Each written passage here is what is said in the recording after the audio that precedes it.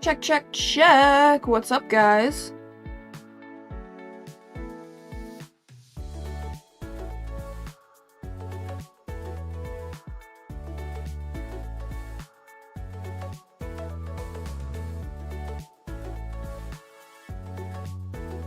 Lower level check, because I'm weird.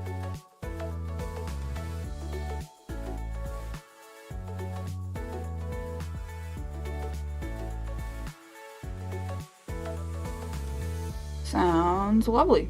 I'm gonna go grab a drink and we'll get started.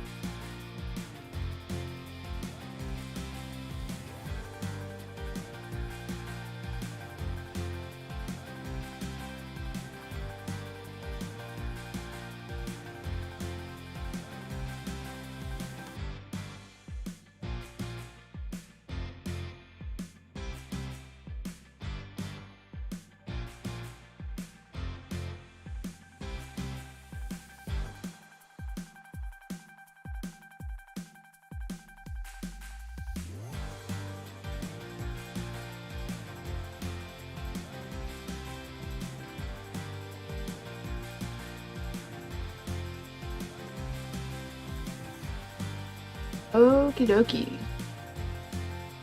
Hey guys.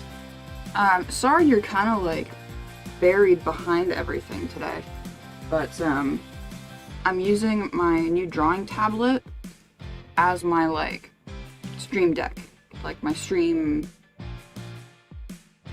thingy, you know? Like I've got my chat on it, I've got OBS on it. Here, let me show you. Yes, that is Budweiser in the trash can.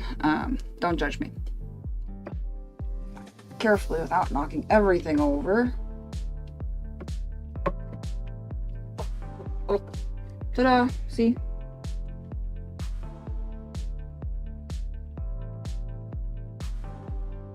You can kind of see. Got my chat. Got OBS on there. Trying that out for today. So, pardon the extra garbage in the way of my beautiful face.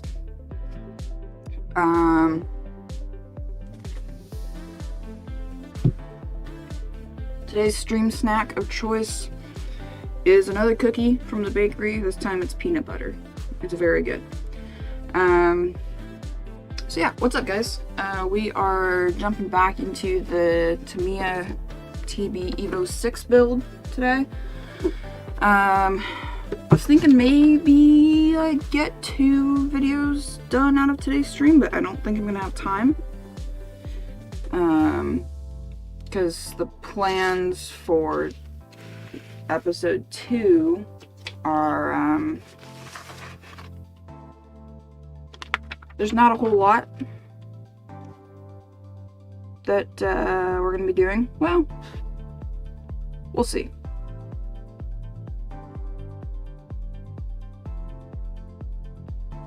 Basically, we're putting the stuff we built last time on the chassis, and then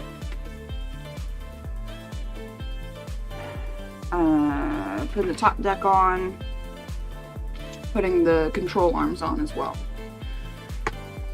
So,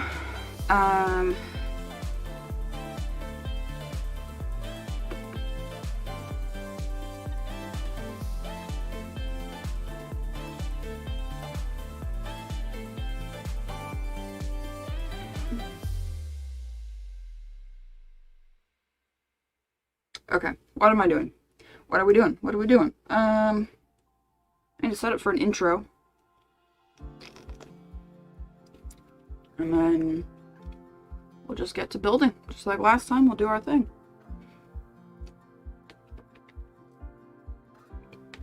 This week at work, we were absolutely dead. I got 2 half days, which was nuts. It's pretty uncommon for summertime.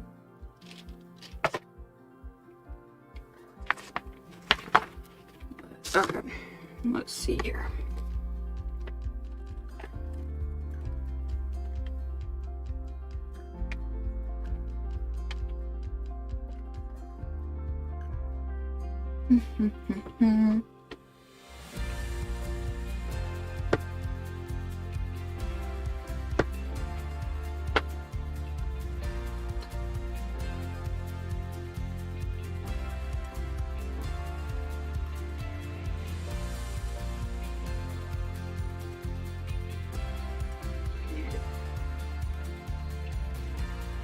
Light stand.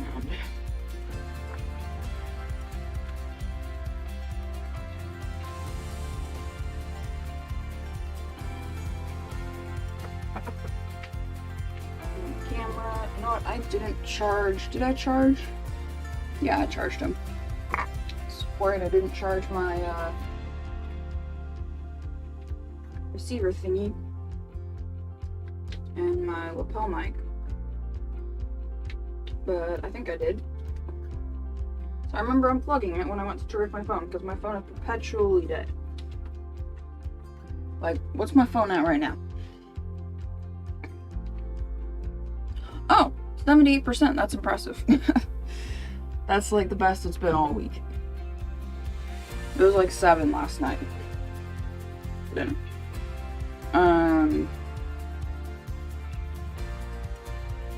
move my camera.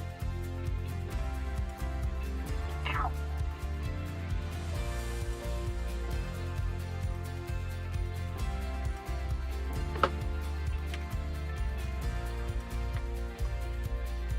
Move this light. Doesn't look like there's anybody actually watching yet, so much to talk about. I don't have a reason to talk about much. I'm sure people will tune in. Oh, Brad, of course. Of course. Hello, Brad. How's it going? Yeah, I was busy last night.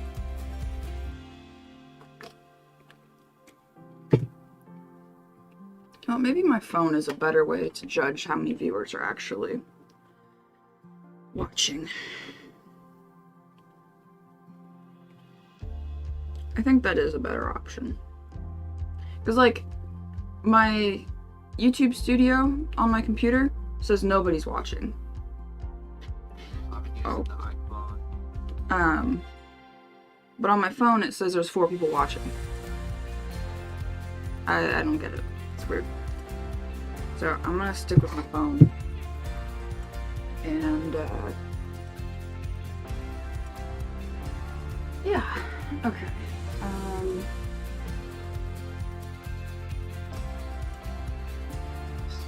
What else? What else?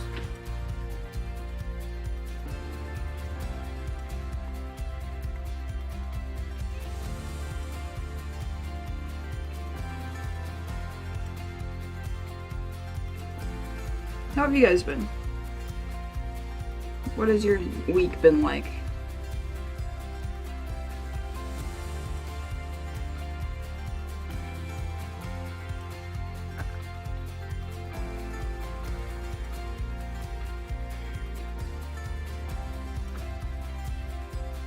Why is my camera crooked? Or am I being weird? I think I'm being weird.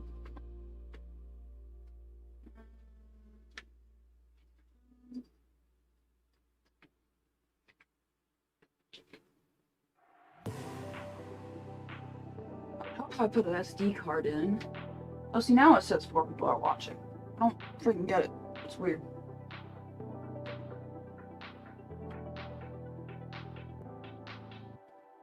Why does this say? It's weird. Yeah, I put an SD card in this thing.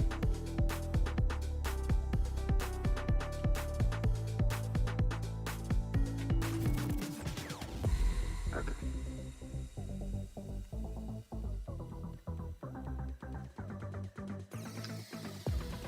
Where am I got this hat. It's a Pokemon Galarian Ponyta hat. Month or two ago. I've worn it like once, and the one time I wore it, I was doing something under the hood of my truck. I know, really dumb, in a freaking light colored hat, and I smudged it with dirt. So I had to wash it, and it took me like a month to get around to washing it. But we'll wear this today. It's like, it's too deep. It makes my ears go out sideways, which feels really strange. So it works better if it's a sideways hat, like a backwards, like sort of off to one side. Works better like that. So that's what we're gonna do. I feel like this is all super away.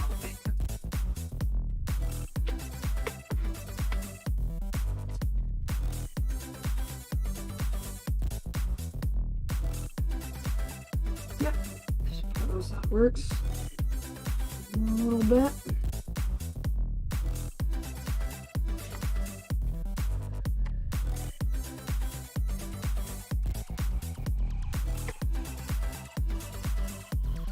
Turn these on.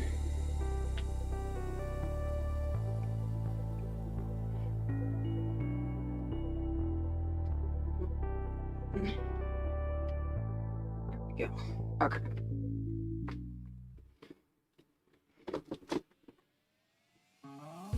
I look good without the hat. Do you think I look better without the hat? I won't be offended. I don't care. If you think I look better without the hat, then I'll take the hat off.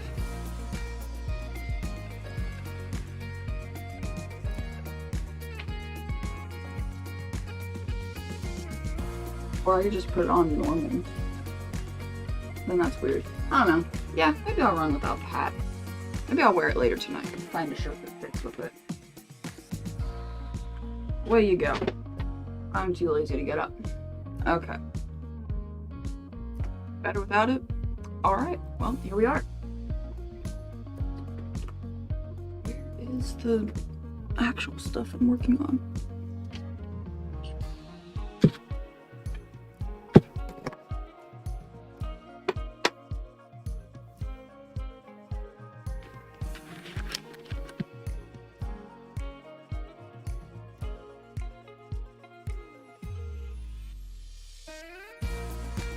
Hey there guys, Erica here from Highway49RC. Thank you so much to my patrons and my channel members for making this video possible. So we are back working on the Tamiya TB Evo 6 build. Last time we built up the front differential, rear differential, and the center motor mount drivetrain unit thing. I know it doesn't look like much, but it was actually, it took me like 5 hours to build all this, which was crazy. And the amount of shims that we were dealing with was nuts. So today we are going to be attaching all those components to the chassis, putting the top deck in, putting the steering components in, and also attaching the lower control arms. So without further ado, let's jump right into the build.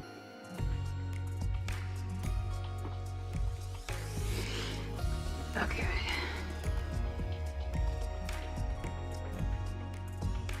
Check that.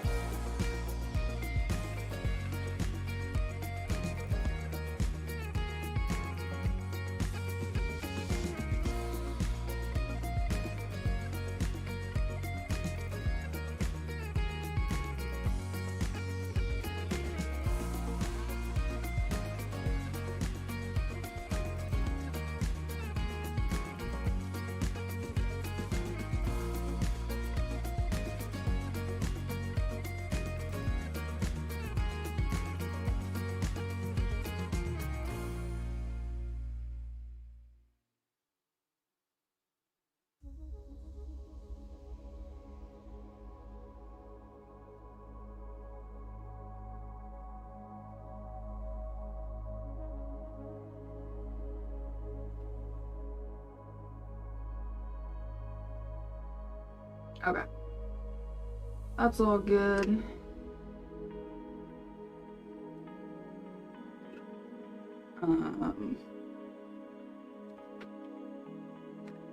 See, now my phone says I've got 4 people watching and my computer says I've got 8 people watching. I don't know what to trust. Don't know what to trust. I mean, there's not much you can trust these days except a cold beer.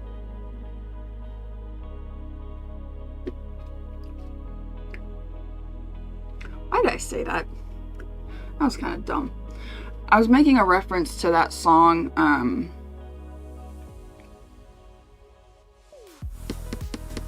what's that song about? There's some country song about, like,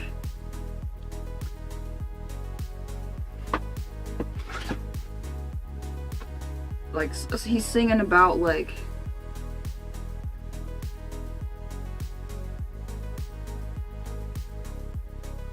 being broken up over, like, diamond rings and football teams and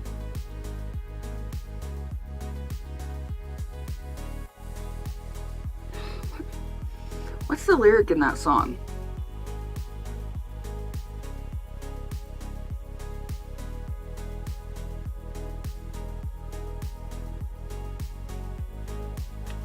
Hang on. I gotta look this up now. I'm not gonna play it, obviously.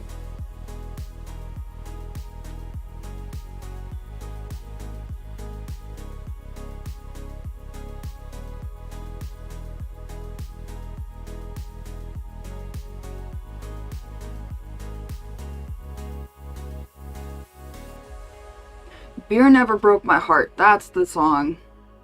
Okay, yeah. By Luke Combs.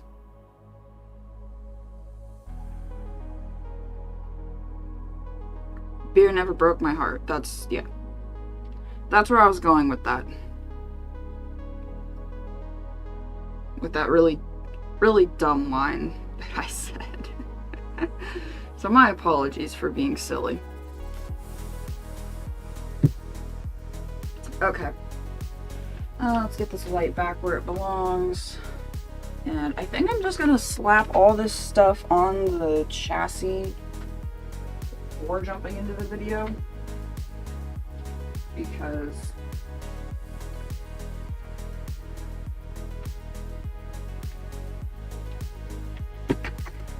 there's not really a whole lot of reason to,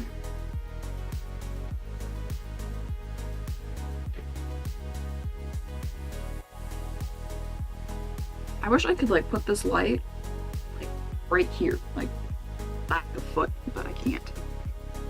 Kind of irritating. Okay. So let's take a look here. Let's take a looky-see.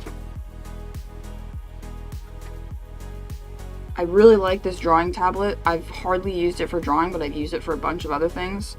And it's got like a little like stylus pen thing. I can touch the screen all I want and it won't like act like a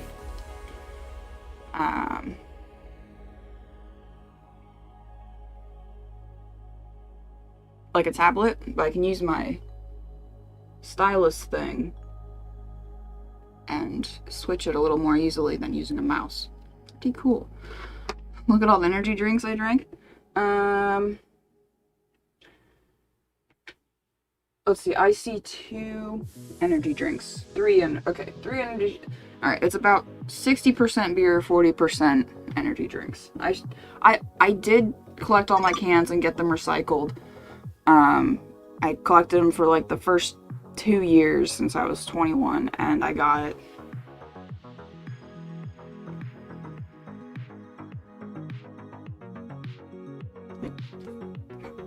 I don't remember how much I got. I definitely could though. I don't know if I'm gonna do it again.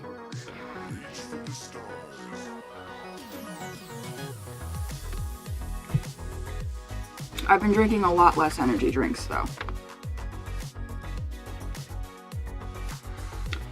I say as this is the second one I've had today. But no, really, like I used to have one every day.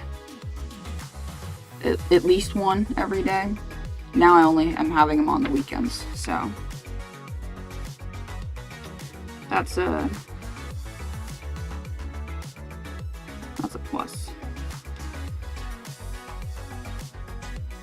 Okay. So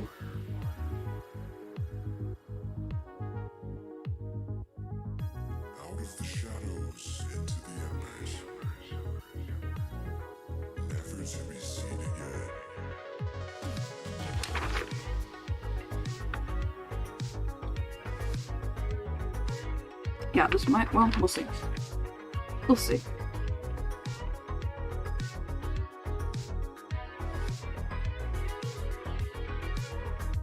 Yeah, you know what? Okay. We're gonna do this out of order. Because I'm good at that. So, what we're gonna do is we're gonna put the... Yeah, no, you're right. Every little bit does help.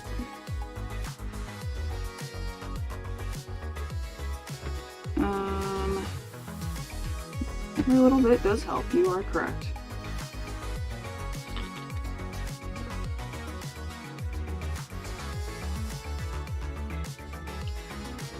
So I'm going to put the suspension mounts on. I'm going to put these A-arm mounts on. And the steering posts. And then we'll put the differentials and center motor mount thing on. Well, no, wait, you can't.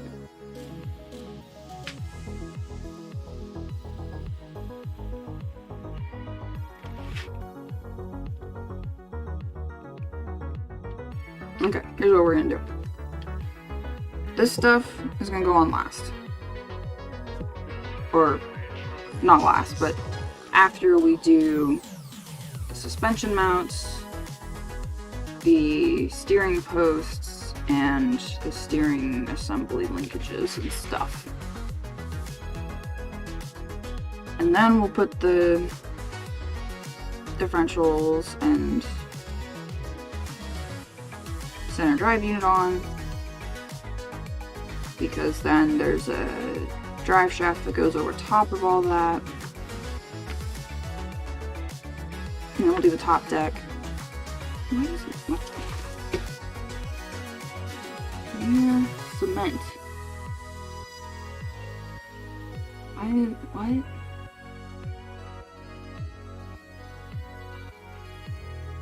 Oh, that's weird. It's showing to put CA glue, I think, on the sides of the top deck. Which I understand would be to, like, help, like, seal the edges. But at the same time, do that? No.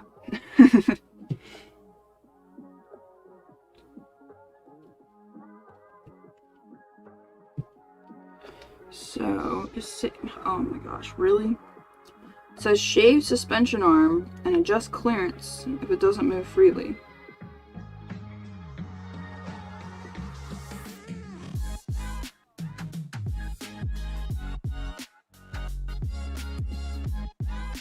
okay?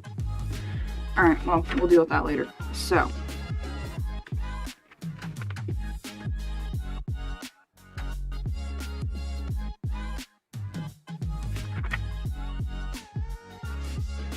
That's 1 XB.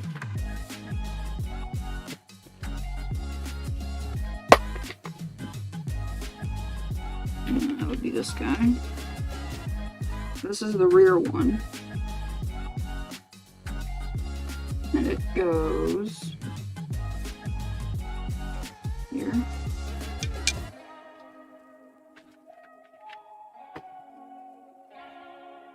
That goes there.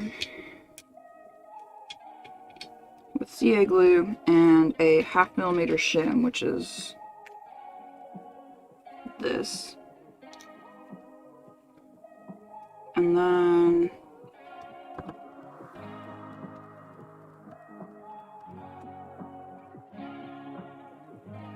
oh, yeah, it wants me to, I see, it's showing to put the instant cement on the sides of the chassis to help like seal the edges.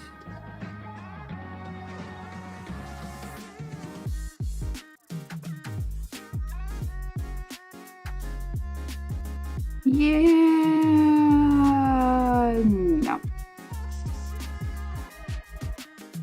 Not gonna do that. Anyway, those go there. And then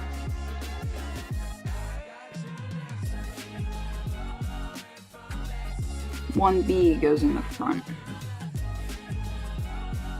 Those are for the steering posts, and 1B. Got 2 1Bs and a 1D. It goes there with another 1/2 millimeter shim. 1D. And another 1B. Okay. Because this is going to be setting the camber caster in tow. These mounts set the camber caster in tow of the wheels. Obviously in the front, the tie rod ends set the toe, but these guys set camber and caster. Well,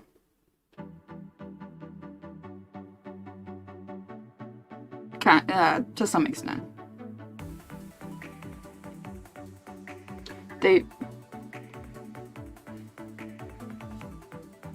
Yeah. Whatever.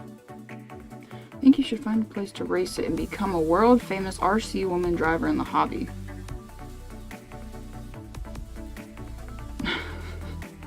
I mean, I suppose I could.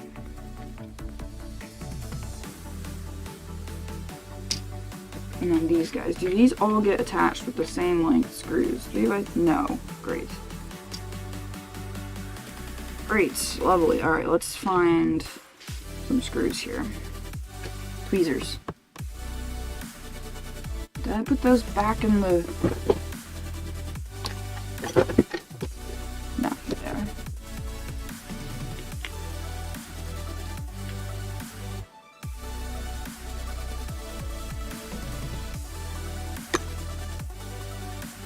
So, 2 3x6s.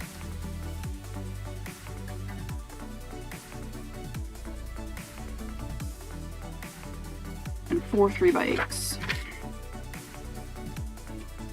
think that's an 8. That's probably an 8. That's probably an 8. That's probably an 8. You know,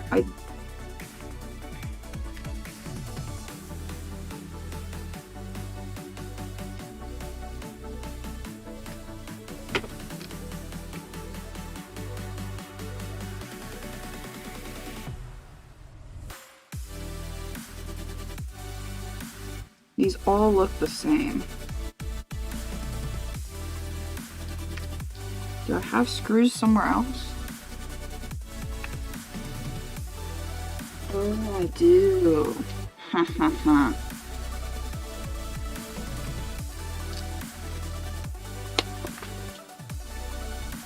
There we go. That's a 6. That's a 6.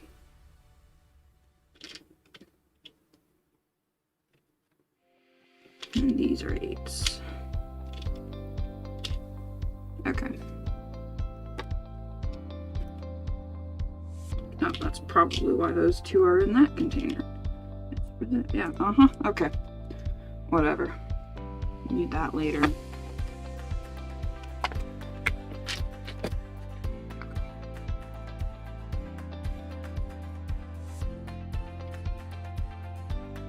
I mean, I am a mechanic. I just set things to what the factory specification. I just set things to what the factory specs are.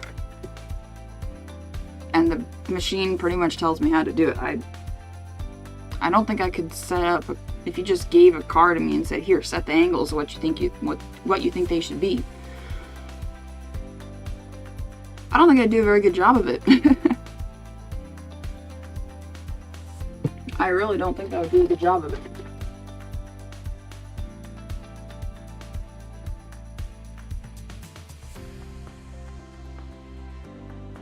Okay.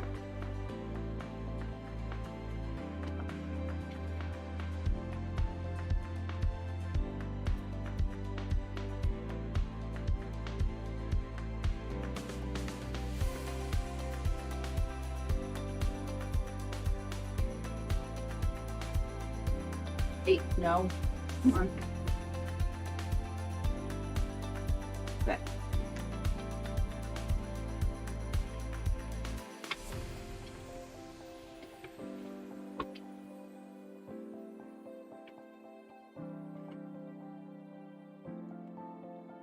Yeah, I mean, I understand the angles. Camber caster toe, like, I understand them. Can I tell you how they affect the handling of the car? Not really, except caster.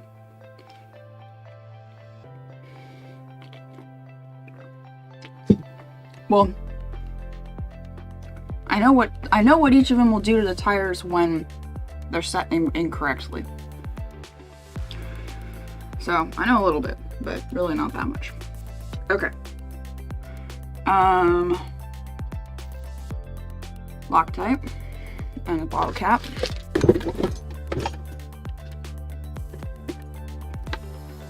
Bottle cap.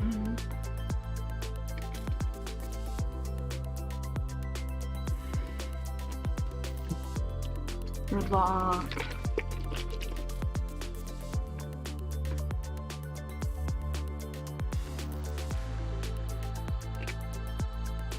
Chrome 37, hello, good afternoon. Thank you for tuning in.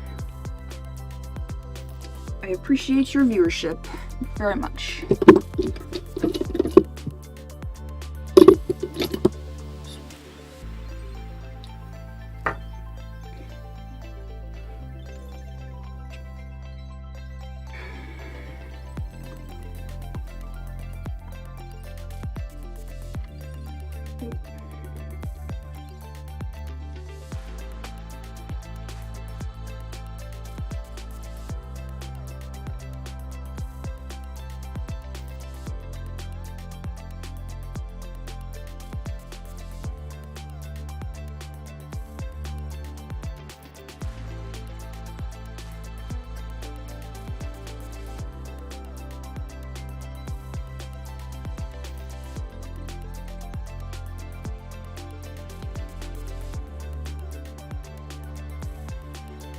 Where do those shims go? I think they go facing the open bits, go facing the ends of the chassis.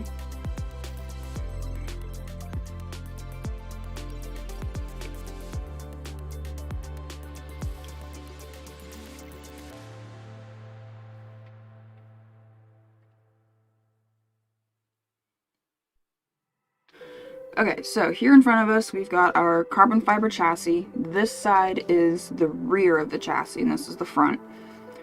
We're going to be installing a couple of lower control arm or lower A-arm hinge points, hinge mounts. This one in the rear is number 1XB. And that's going to go in the centermost pair of holes and it's going to get a 0.5 millimeter shim underneath it with the openings of the shim facing the end of the chassis.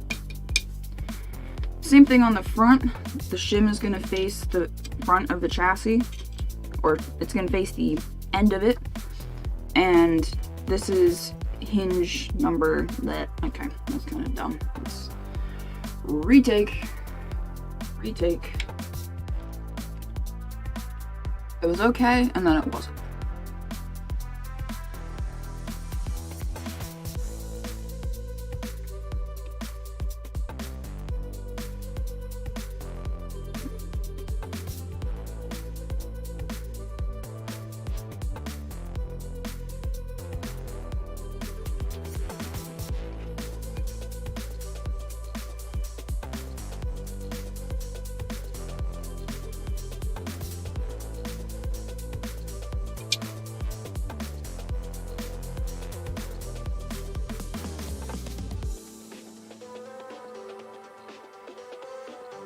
So here in front of us, for starters, we've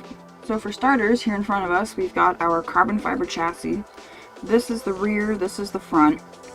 And we're going to install some lower control arm hinge points. This is the rear one. It's number 1XB. It's going to get a 0.5 millimeter shim underneath it, and the openings of the shim and the openings of the holes in the shim are going to face the end of the chassis. That one's there. This is same thing.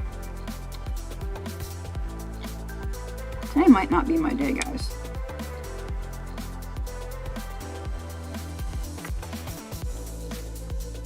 So here we've got our very nice carbon fiber chassis. This is the rear, this is the front. And we're going to be installing, for starters, some lower control arm hinge points. So the rear one is number 1XB. And it's going to get a 0.5 millimeter shim underneath it. The openings in the holes, the openings of the slots are going to go towards the end of the chassis, like so. And the holes in the one side of the hinge mount are going to also face the end of the chassis. Same thing on the front, only difference is that this is hinge number 1XB. Sorry. The only difference in the front is that this is hinge 1B, not XB. And that's also going to go towards...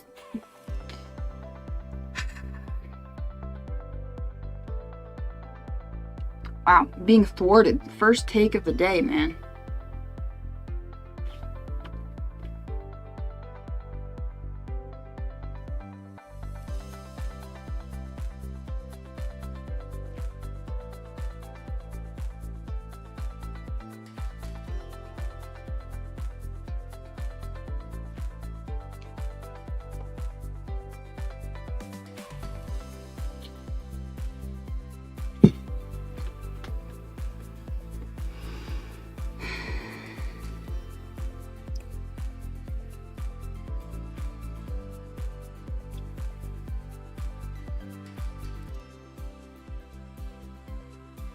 I mean, my perfectionist side is showing right now. I've done what, like 3 takes now? 4 takes? Or 4 attempts to get this right?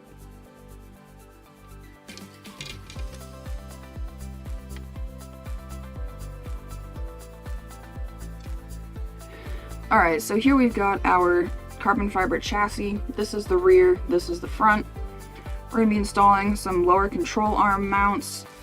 The rear is designated 1XB. It's going to get a 0.5 millimeter shim underneath it. The openings and the slots are going to go towards the end of the chassis. And that's going to go just there. And same thing in the front, except that the mount is designated 1B. And it's just going to go facing the opposite direction towards the end of the chassis. Those are going to get 2 by 8 millimeter, sorry, those are going to get 3 by 8 millimeter countersunk screws in them. And then these steering posts, which are going to go,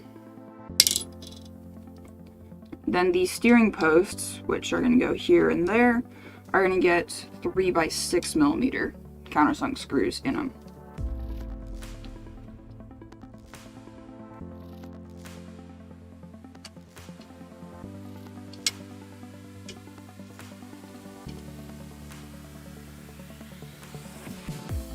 Yeah, good enough. Shoot, enough. That's what editing's for, Erica. This isn't live television, even though I'm live with you guys right now.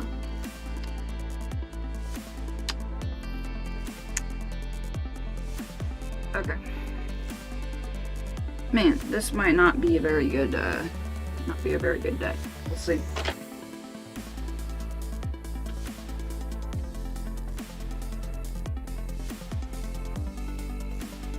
Brad, I know you're gonna ask. I've got a peanut butter cookie over here that I'm munching on.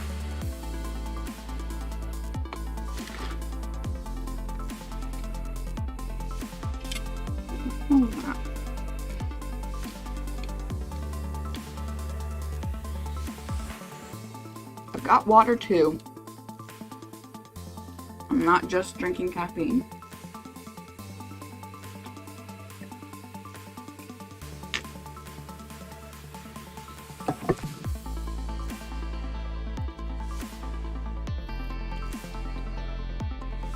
Okay.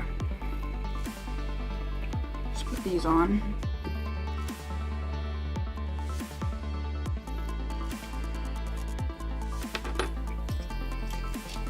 I'm gonna put these on the wrong way, I swear to God.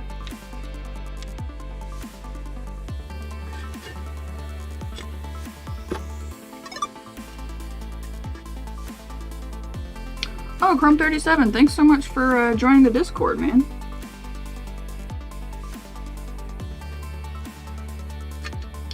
There's lots and lots of cool people in there. And if you ever have questions about anything, there's channels in there that you can ask anything you want. Someone joined yesterday morning and they had a question about the Proline paints that I was using.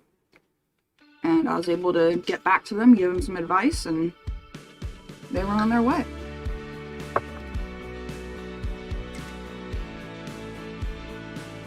I do like cookies, Brad.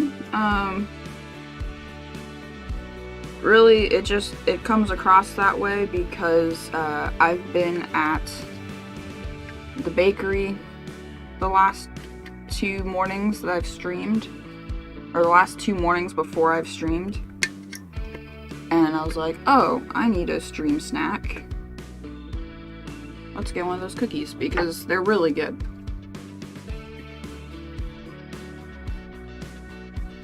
Okay, that's 1B. That's all facing the right direction. Yep. And let's do the same thing on this one.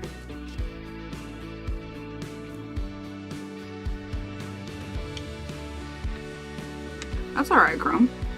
No worries.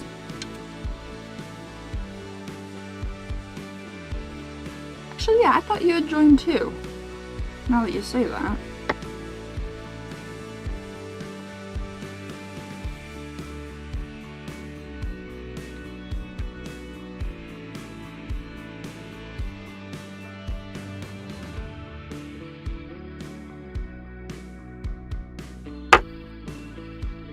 This week was super chill at work. I got half days on Wednesday and Thursday, which is crazy for the summertime. Normally we're super busy in the summer, but not this week. Friday picked up a little bit. Got a little bit of free time though still to work on my truck, so that was cool.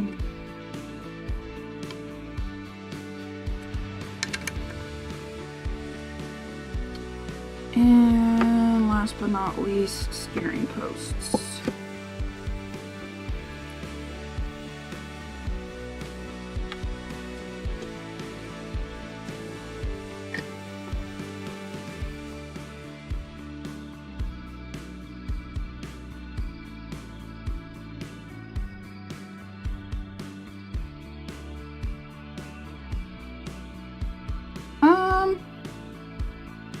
Favorite sweets? I mean, yeah, cookies are good. I mean, what would one of my favorite sweets be?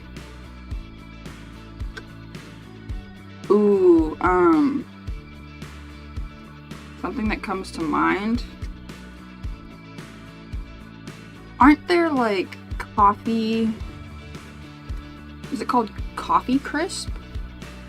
It's like a, I don't know, they have them in Canada. I'm sure they probably have them other places in the world too, but my Canadian buddy sent me some of those, and those were good. But just general, like, what do I prefer? I like chocolate. I do like chocolate.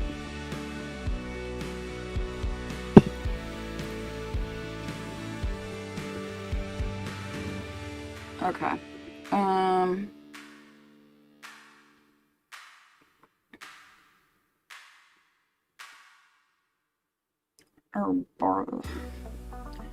Okay, now we get to pull out all the steering parts.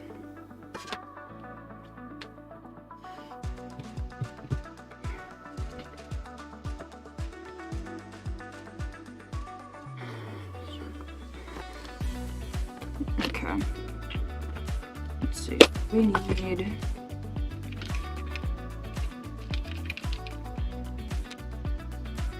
this guy.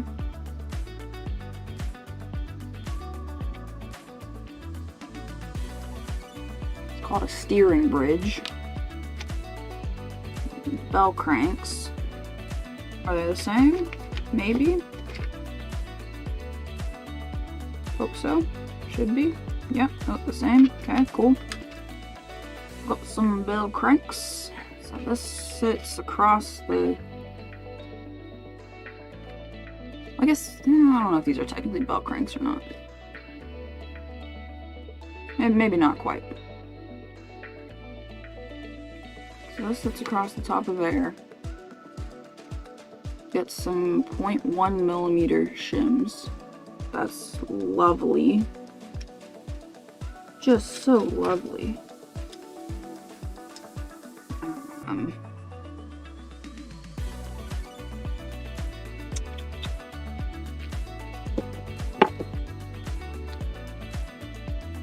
I think are those, actually.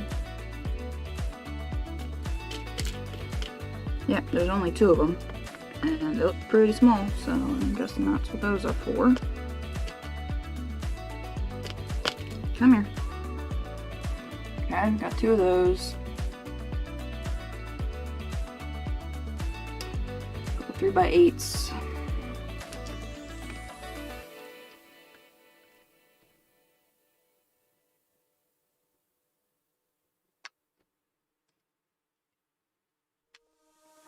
And 5x3 millimeter ball stud.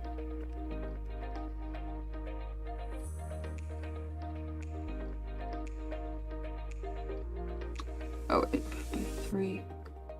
5x5. Wait, what? Wait, so that's like a suit. So that's like a stubby one. Oh yeah. Wait, where the frick is that? It's not one of those. Need 2 of these with the line on them. Ah, there you are. Little booger. Okay. Most of those are for the control arms. So this is gonna go on to that. These are gonna go into there. Those 3x1. Should be these. They got these bigger ones in here. I don't know.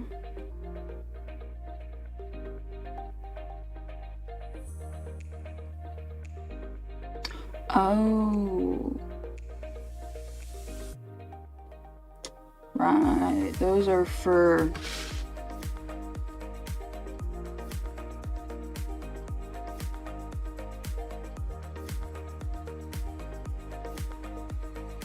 Ah, I see. Those bigger spacers go 1.1.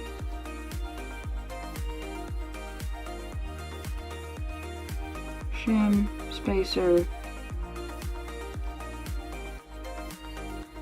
Okay. So that goes, those bigger ones go on top of the bell crank bearings. On top of another shim. Right. I see, and that's probably what those are for. Yes. I still don't know what those other 3 shims are for. I have no clue. And I got extras of those, so I assume we're extras. Okay. So these guys go with that.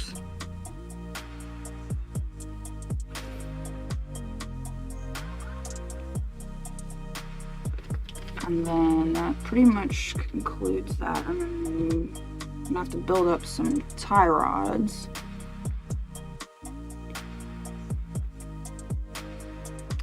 Okay, so let's do this. Put this and this over here. That's that. See, those are gonna go through there with those into that. Okay, those. Okay, cool. I think that is that part ready to go. And then I need this tie rod. This, I should quit calling them tie rods. I'm so used to calling things what I call them at work. Like, I call these tie rods, not turnbuckles. But, okay. Two turnbuckles. And some rod ends. Oh, well, it's all ball studs. I was gonna say, oh, maybe I should just use my, like, some Traxxas rod ends or something, but it's all ball studded, so whatever. That'll be fine. Oop. Oop.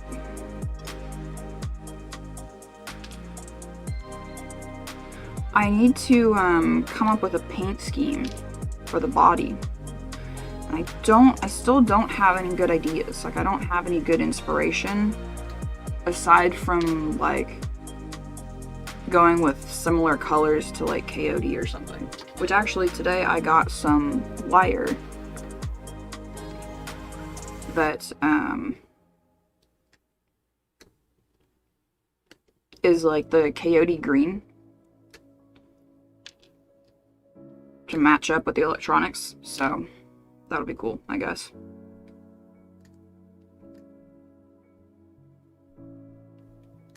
Oh, come back here. I dropped it. Where did it go? Oh, brother. There it is. Now that it's actually summertime, I should probably,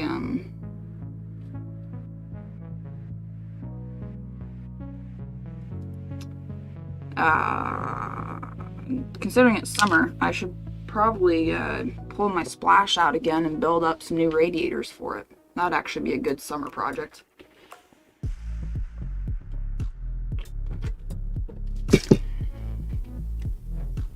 That would be a great summer project. Okay, so there's those. This little guy, that goes to the servo.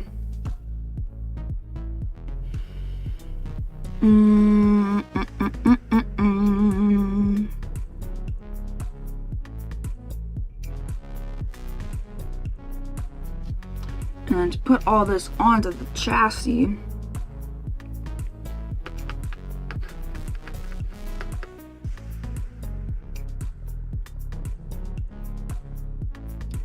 we need 3x6 button heads.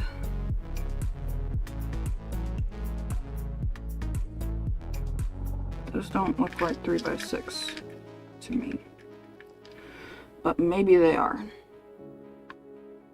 Okay, guess they are. That's, yep, Yep, okay. Just making sure my eyes are calibrated properly. That, put onto the chassis. That, needs needs these bigger spacers.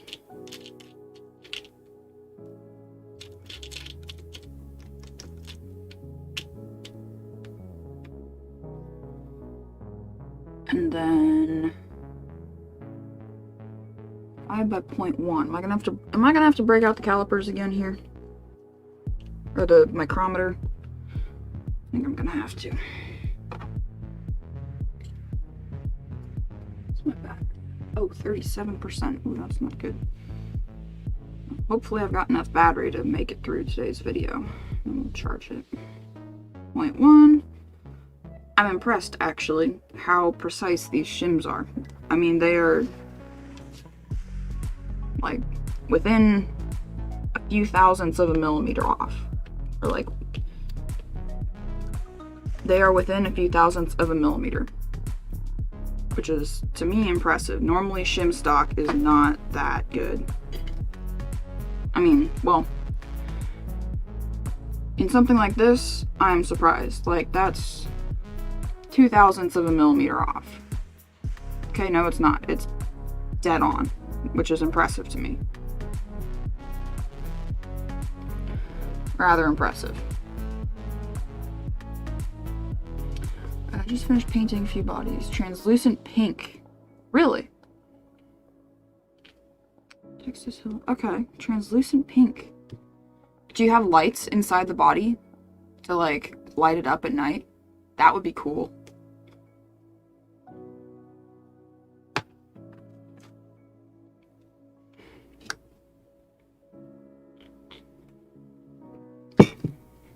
Okay, then that puts it all onto there.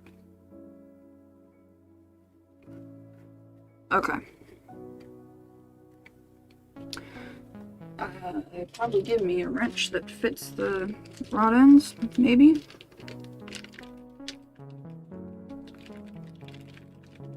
Yes, no, maybe. Yes, they do. And I can't imagine putting this kit together with a cross wrench and Allen wrenches. The poor punks that have done that, I feel bad for them. That doesn't even fit. What? Oh man, that sucks. So we're just gonna have to have strong fingies. Oh, wait, no, I'm dumb. Use pliers on the rod end. Wrench on the turnbuckle. Right there. Smart. Translucent pink backed with light gunmetal than white.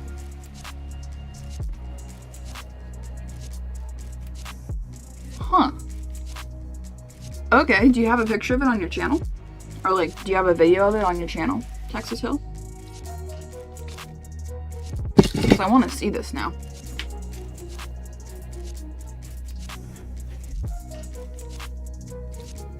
Yeah. Okay, trash. And I think we're ready to do this. I'm actually going to build up the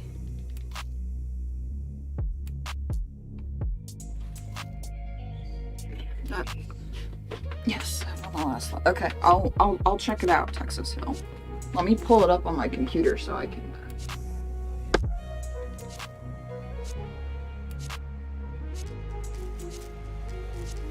check it out. Because that sounds really neat. I wanna see it.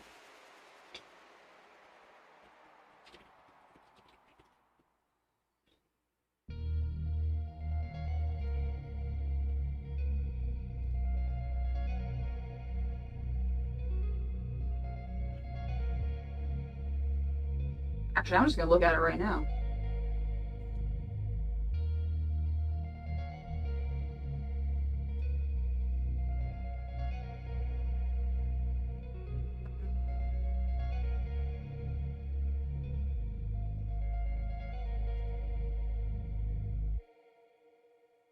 Oh, that might not be your latest stream. Hang on.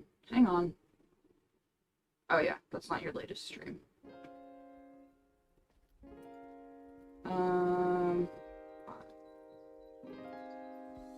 Oh, dude, that looks sick.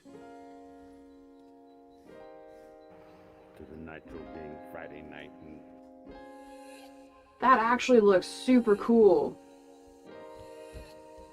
I was wondering if it would kind of be a darker pink like that when I did, or like when I imagined it, since you said gunmetal behind the pink. It's like, oh, I wonder if it'll be kind of like a darker, kind of a metallic-y, like a dark rose almost, and yeah. That's super cool, man. I dig that.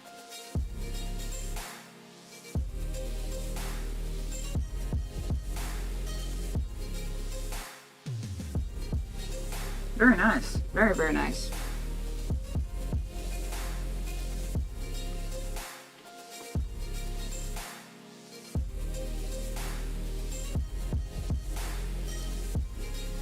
Okay. Film time. Screwdriver. Everything is this size. Need Loctite. I was gonna build up the turnbuckles real quick. For sake of ease. Pliers.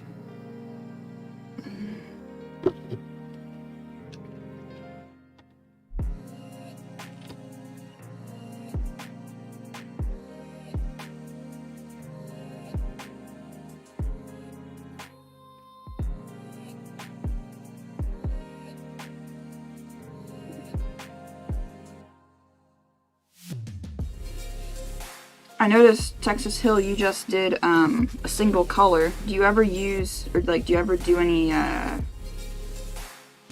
fancy masking stuff? Like either with liquid mask or tape?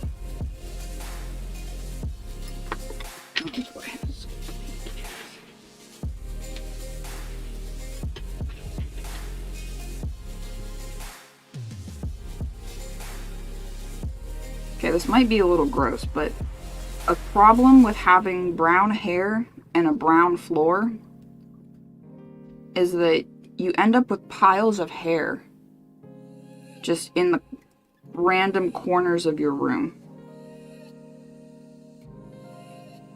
Man, I wish I had like a... You know what? Let me go look and see if I have a small, tiny 12-point socket that might work with this. Hang on a minute. I shall return.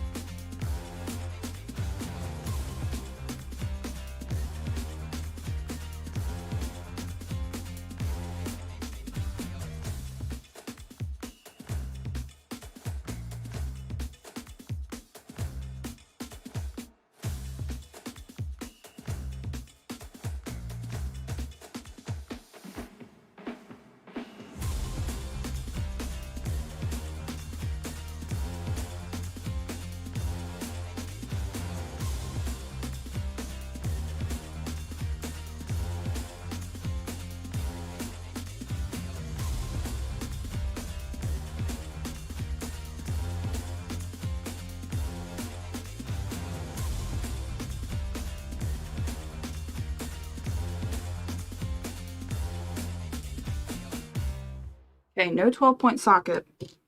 But I remembered that I actually have, I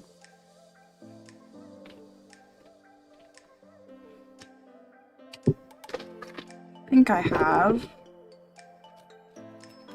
this guy, which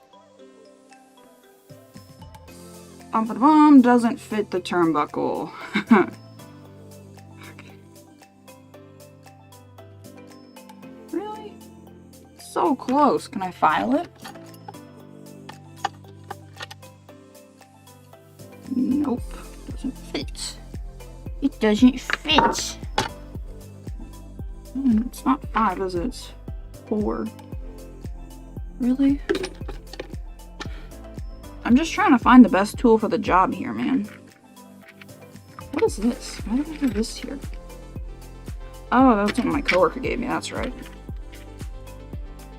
It's not 5. Oh, that fits good on the okay. Yeah, actually, let's use this. Let's use this. Hold the turnbuckle.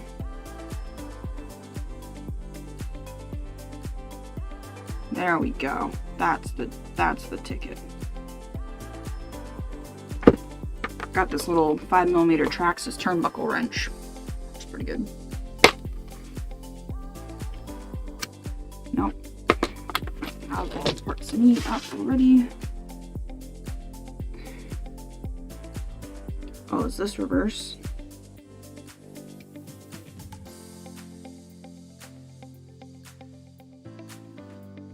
Or am I being dumb? I'm being dumb.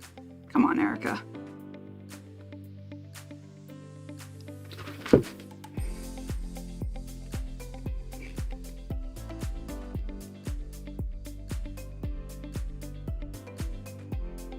No, it is reverse. Yeah. Yeah, one side's reverse, one side's normal.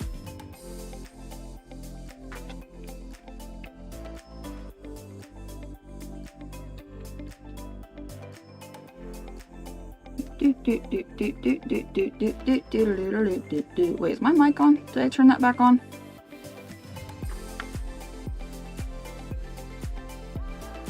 Yeah.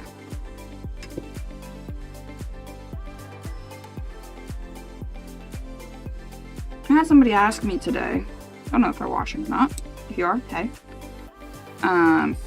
They asked me, how did you learn how to do this? And that's a very interesting question, I find. Because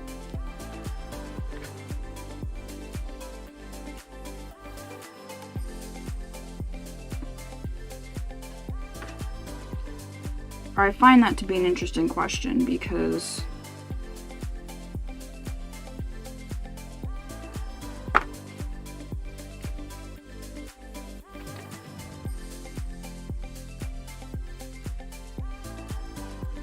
to me it's like, well, you just follow the instructions.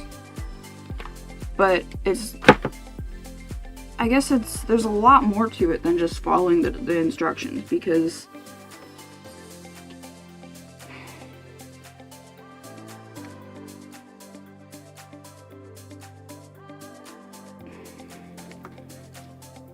like, you gotta be mechanically inclined to some extent, you know, to do this kind of stuff.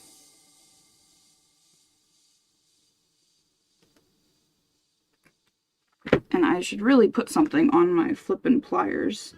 Man, I can't seem to turn this stuff the right direction.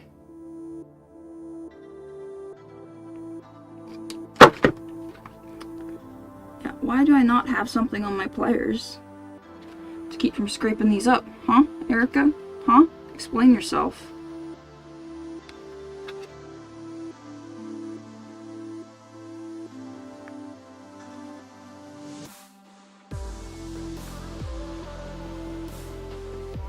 There's the left one. Done.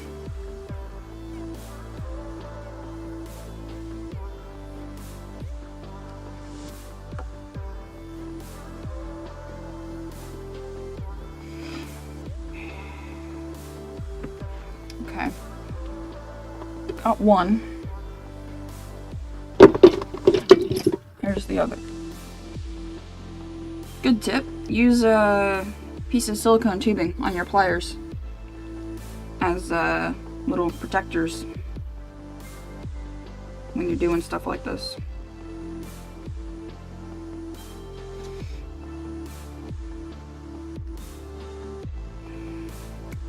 Or you can just do that and scrape it all up.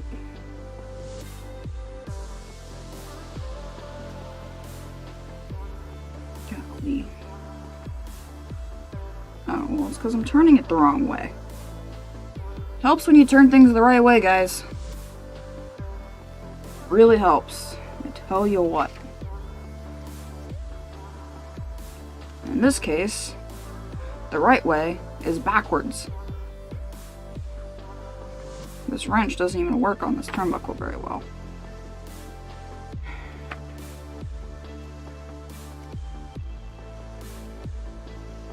No, wrong way. There we go.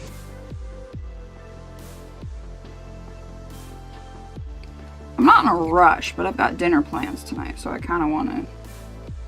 I'm excited for that. So, what's this doing here? Why is that in my... I don't know. So, you know, I want to kind of get a move on with things, you know? Like I said, not in a rush, but... got stuff to do, places to be.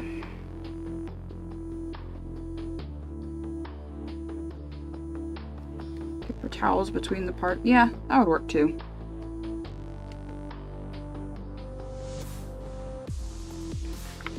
Actually, I don't know why I'm using these pliers. I have a pair of pliers that are freaking perfect for this.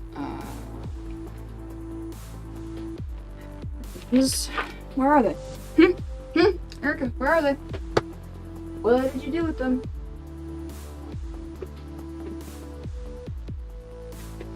What did you do with the pliers? I don't know. Oh well, I guess. Alright, whatever. Oh, it's right in front of my face! Got nice little notches in it. Or it's got nice little notches that actually... These are the pliers I should have been using. Goodness gracious.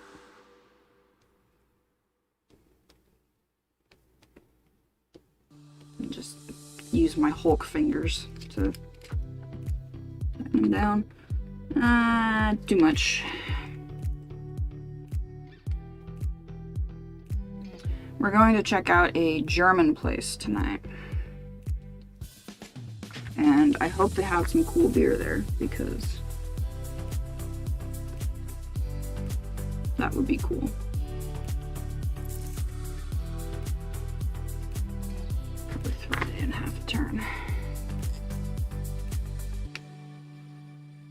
Sounds like they've got sausages. And I like bratwurst, so it'd be cool if they had some good bratwurst.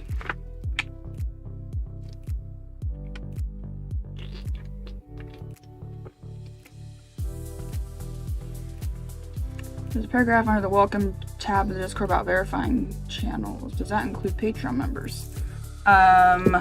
Yes. Yes, it does. Are you a Patreon member? Chrome37? Because if you are, I'll go ahead and add you.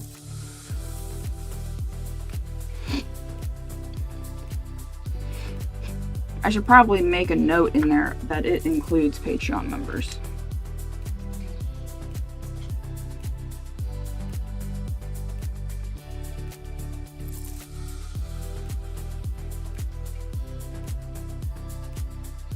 Really, the main thing for the welcome paragraph is just, you know, don't be mean. Okay, cool. Yeah, I will add you then.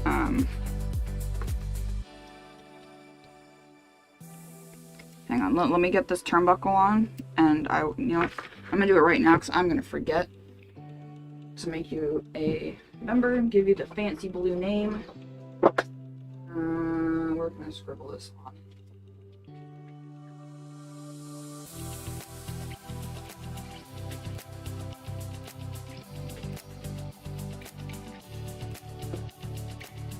Note has been made, Chrome. I will get you in there after the stream. There's only one other person. You basically just get access to like a members only chat, which doesn't really get used, but makes your name blue. So, you know, everybody likes colorful usernames.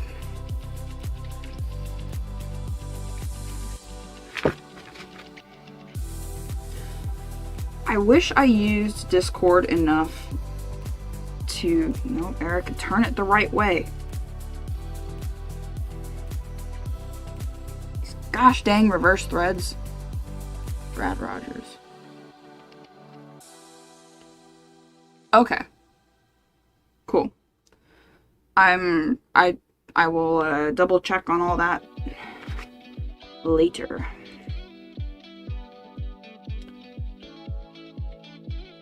I don't know. Oh,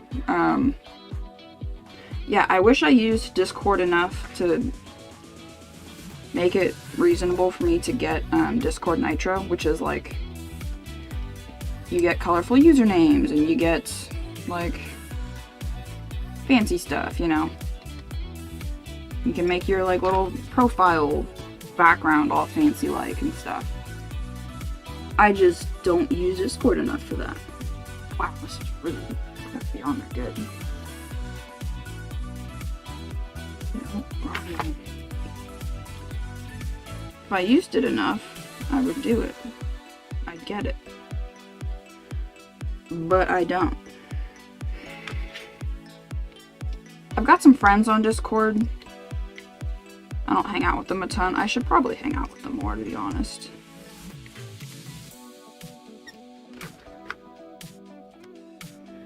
Not tiny enough yet? No, it's too tiny. Guys, I made it too tiny. Gosh dang it.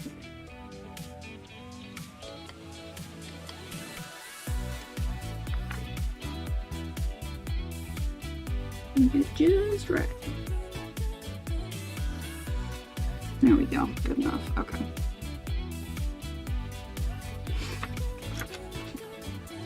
Okay, now we're ready to get back on the camera again. Now my fingers are destroyed from putting those on. At least with the Traxxas rod ends, you can just stick a screwdriver through them and just go wee, wee, wee, wee, wee, wee, wee, wee, wee, and you're done. It's exactly what it sounds like when you do it too.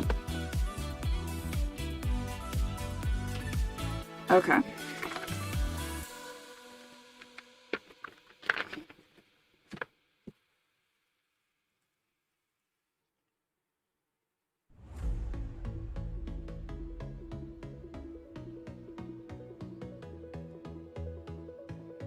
Yeah, we get it. Here we go. Yeah, I'm sure we'd probably have a pretty good time.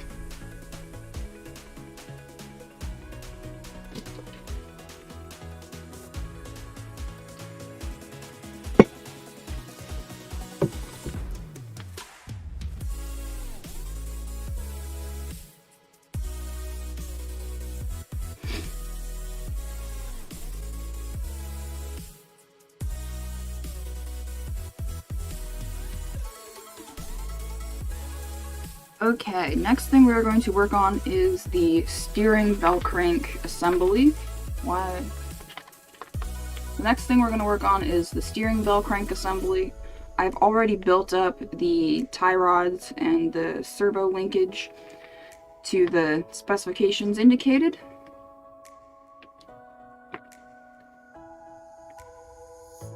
Next thing we're going to tackle is the steering linkage. The next thing we're going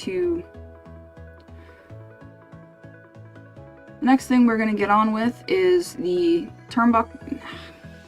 Man.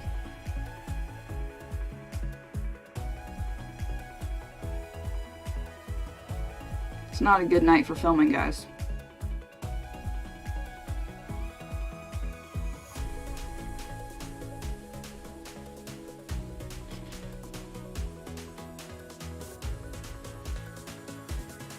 Next up, we're going to get our steering assembly all put together with our bell cranks and such. I've already built up the tie rods and the steering link, and I've already built up the tie rods and the servo linkage to match up with the specs and the drawings. For the left and the right, they want you to make sure that you've got one of them one of the rod ends facing one direction and the other one facing oppositely. Do I really need to mention that? No, not really.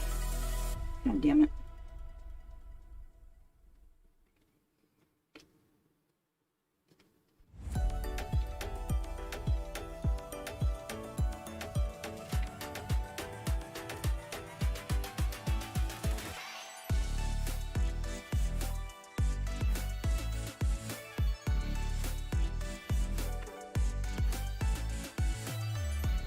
Alright, next up we're going to be looking at our steering assembly and steering linkages and such. I've already built up the steering linkages just for sake of ease.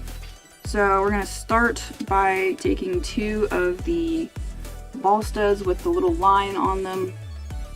We're going to start by taking 2 of the ball studs with the little line on them, little thread lock, add a 1mm shim onto them, and put both of them into the front side of this, what do they call it? Steering bridge.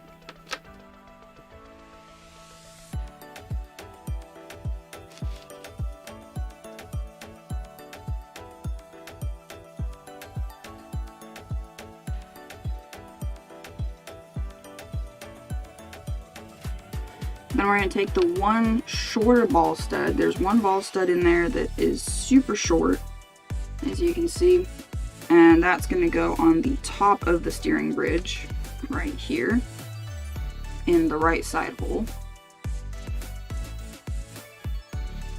Now our steering bridge looks like this. It's got a couple bearings in there, and we're going to grab a couple of 8mm countersunk screws and some spacers.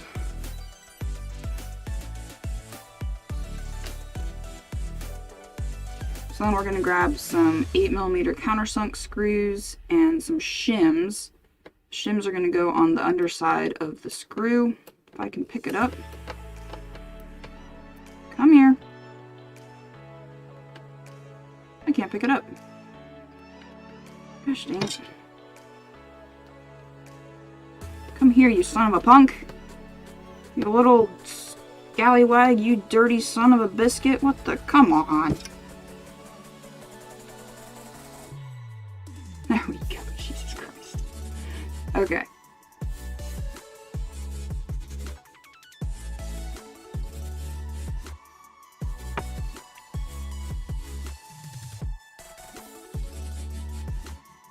I'm going to dab some thread lock on that screw as well. And that is going to go into the end of one of our steering bell cranks here.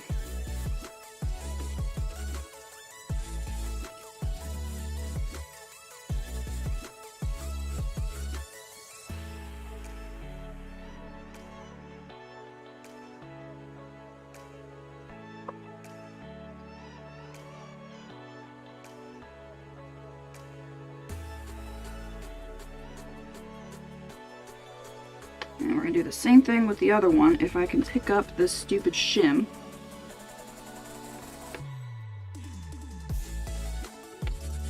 I literally can't pick this shim up, guys. I'm losing my... This is making me so angry. I can't pick this shim up. Come here.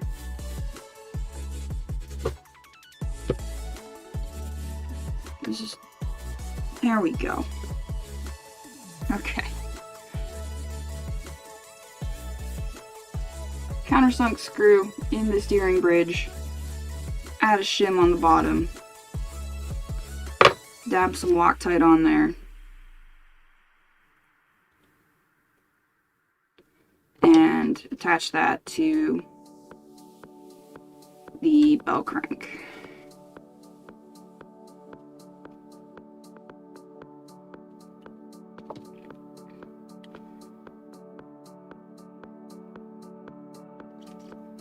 There is our steering bridge and bell crank assembly. Everything moves nice and smoothly thanks to the bearings and the steering bridge, which is cool. And we're going to pop on our steering linkages. Now with the one ball stud on the right hand side, we're going to put it so that the cup of the steering linkage is facing up on both sides.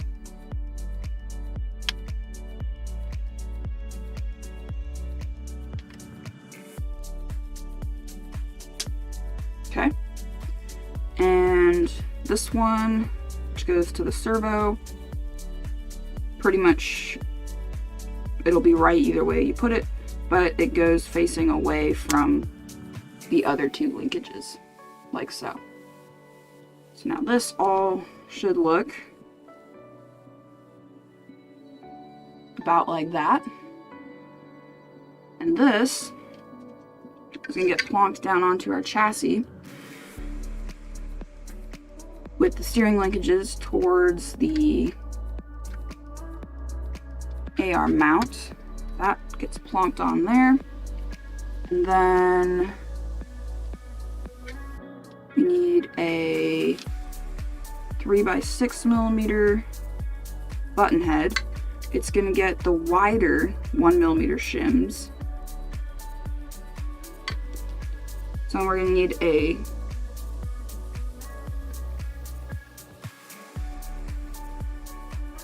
hang on. This is going to be a really long clip.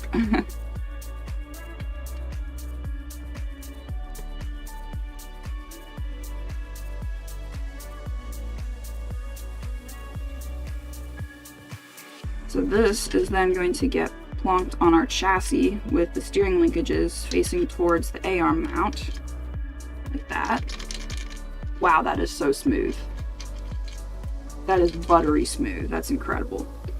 Then to finish attaching that, grab a 3x6mm button head, add a 1mm spacer, a little bit of Loctite, and a 5mm shim. The shim goes on top of the post to, I think, shim the bearing. You know what? Is that even the right shim? Hang on a minute.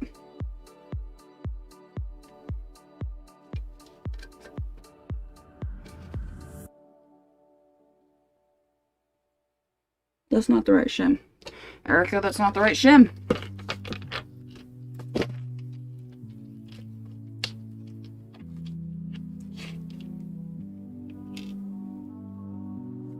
Gosh, dang it.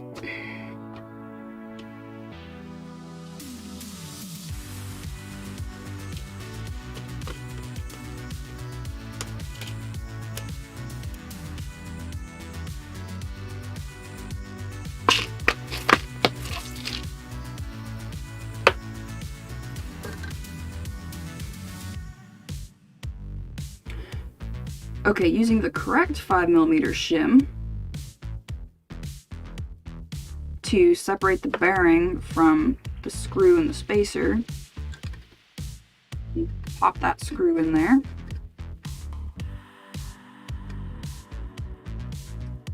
Still moves nice and freely. Good. Same thing on the other side. Screw, 1mm spacer, a little bit of Loctite, and put the shim on top of the steering post. And put our screw in. I was a little concerned about these being too short, but it looks like they're fine. Cool. And everything still moves nice and freely. And everything still moves nice and freely. Fantastic. All right, let's move on. Okay. Yeah, magnet would be great. I need to bring, or I need to steal some pocket screwdrivers off the Snap-on truck and bring them home.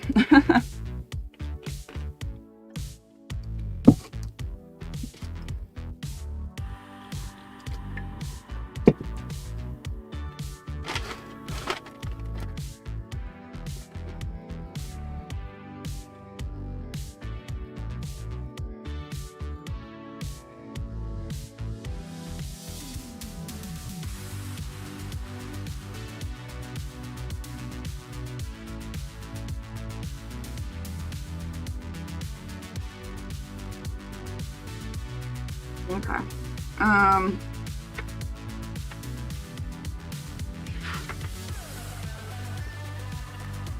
Next I'm gonna put the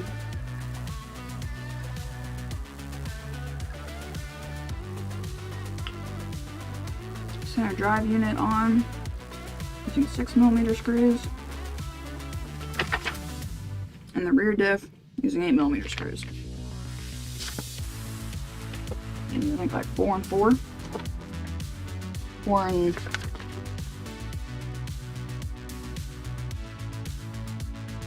yeah, 4 and 4.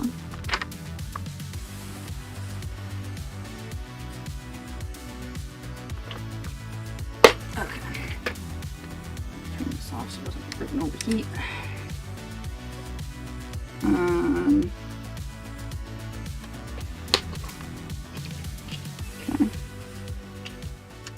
1, 2, 3, 4. 1, 2, 3, 4. And then we're gonna Blue Talk. I haven't seen you in a while. I'm doing good. It's been a really chill day actually. I got up, went and got some food, came home, talked to my dad for like an hour, slept for a little while. Just super chill Saturday. Okay, and then we're gonna need this guy. Probably 4 more of those. 2, 3, 4. Front diff. Right. Yep. And then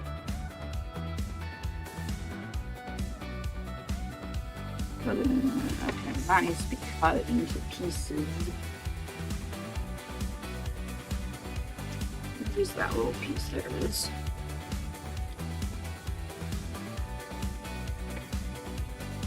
Knife.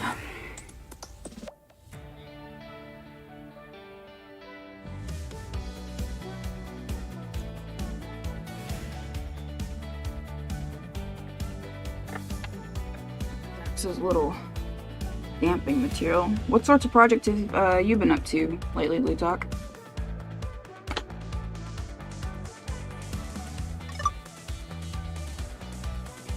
Okay.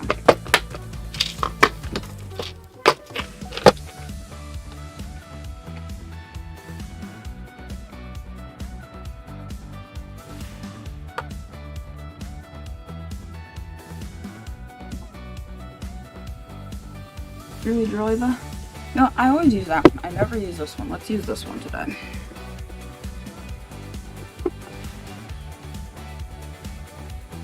That is enterprising. But it is hard to set up. What? Oh, been busy, got bored, started a biotech company with a friend. Okay. Is it making our multi-billion-dollar idea? Were you in on that joke? I think you were in on that joke. How's our sales doing? Okay.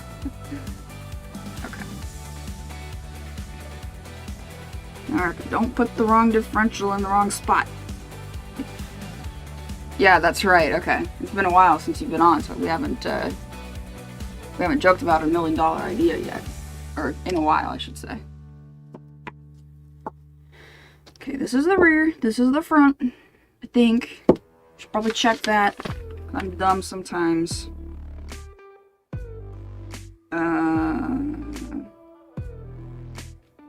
Yeah, the rear's got the diff in it. This is the rear. This is the front. So I'm going to start with the rear.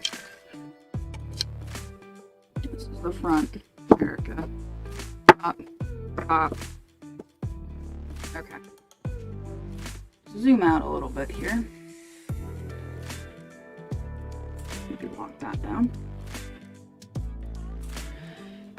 Now we're moving on to attaching the differentials and center drive unit onto the chassis. So the center drive unit is going to get attached with 4 6mm screws right there, and the rear differential is going to notch in with it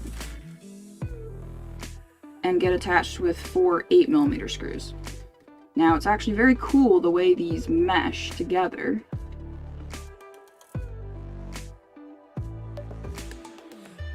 As you can, yuck. Bad take. Right on, I'm glad it's still in the works.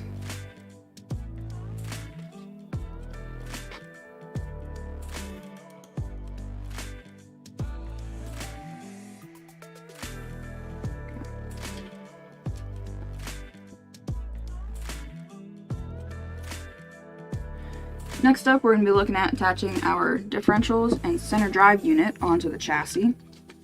So the center drive unit is going to get attached with 4 6mm screws, and then the rear differential is going to attach with 4 8mm screws, and it actually attaches to the center drive unit very neatly. It actually slots together like so. As you can see there, they just kind of slot together. There's really no other connection going on other than just it sits in there, and that's it. So I'm gonna get those attached up real quick.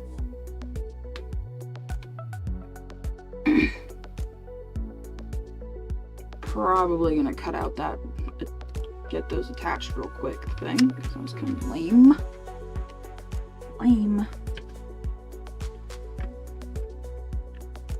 Trying to conserve my battery here. This screen that I've got is extremely bright, and gets hot. So all that power in that battery is just getting turned into heat, baby. Oh, you've got a couple TVs as well, Blue Talk? That's cool. So far, I'm enjoying the build. Lots of shims, holy moly, but otherwise, it's cool.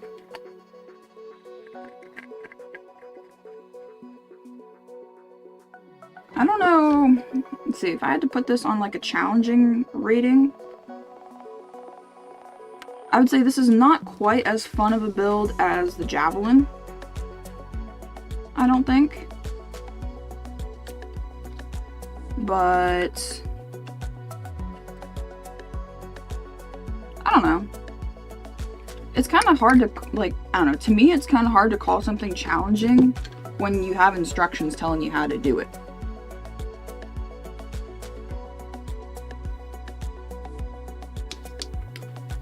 Atomic. Yes, I will show you momentarily.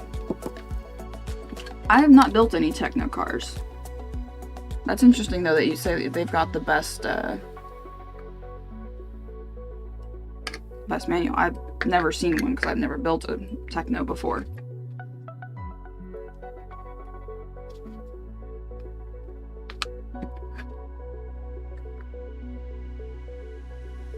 But yeah, give me a second, I'll show you.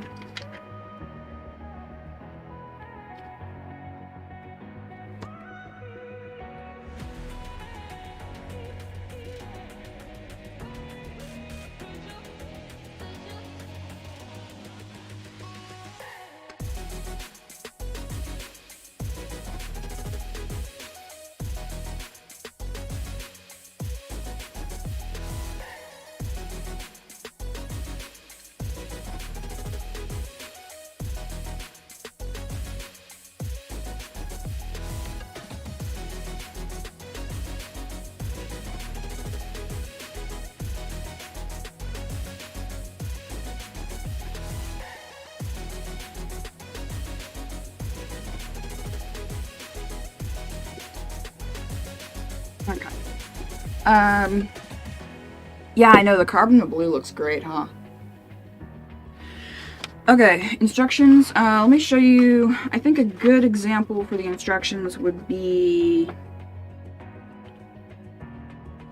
probably these 2 pages.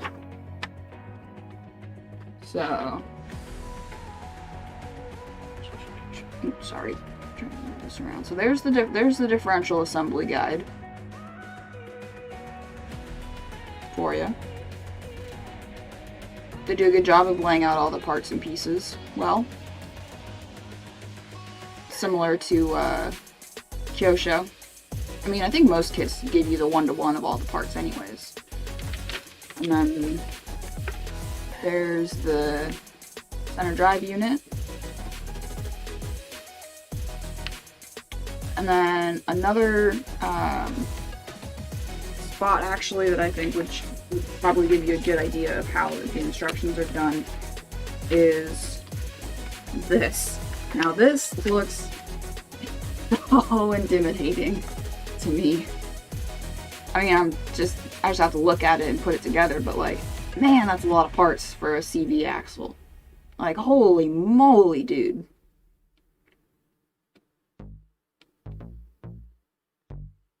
Like, dude, that's crazy. Anyway, all right. I'll turn the camera back on, guys. Be quiet now. Hey, shh, shh, enough.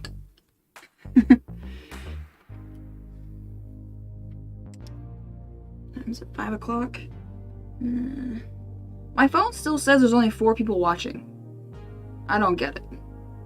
There's not 4 people watching. There's like 11 or 13. Yeah, no problem, Atomic.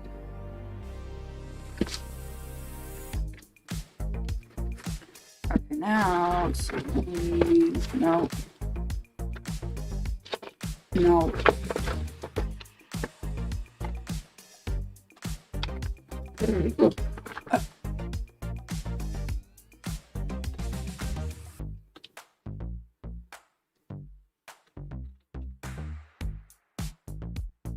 There's the rear diff and center drive unit on. Now we get to put the front differential on along with the center drive line. Now they want us to put some of this like foam stuff.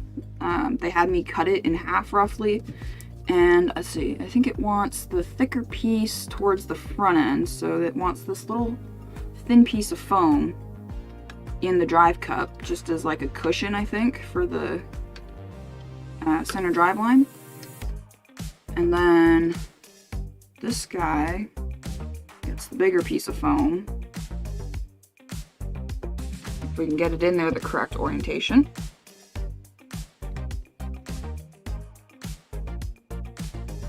Okay. And this guy goes in there like that. This. And that.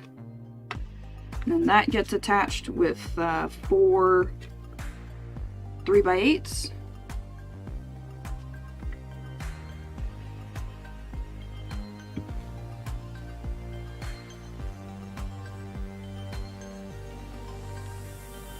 What? What? Oh, hang on a minute now, guys. No. I don't like that. We're gonna do something about that. Okay, so what I'm discovering right now in real time is that based on where the differential is going to mount, which is roughly there, actually about there, it brings the pin on this drive cup almost all the way out. I don't like that at all. The idea, I think, from what I was looking at later on in the manual, is that you're supposed to be able to just push against the foam and flip the drive line out.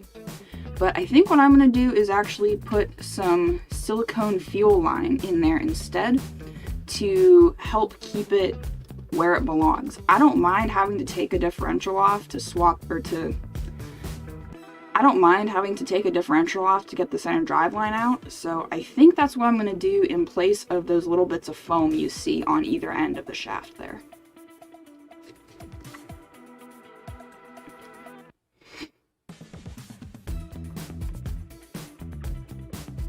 Kurt! Howdy howdy!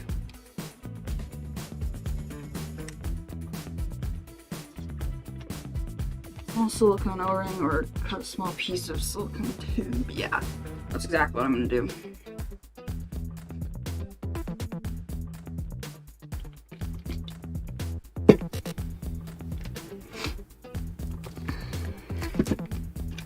I don't mind keeping the one piece of foam on the one side,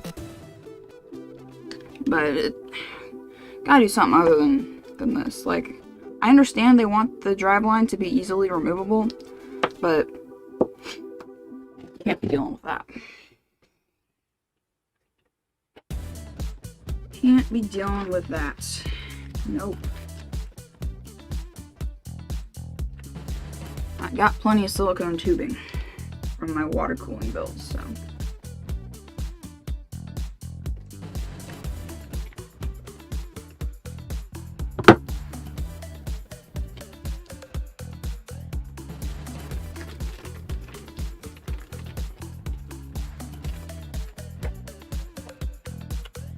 I gotta do something like, I know exactly atomic. Like, when do you actually need to remove it? Probably never.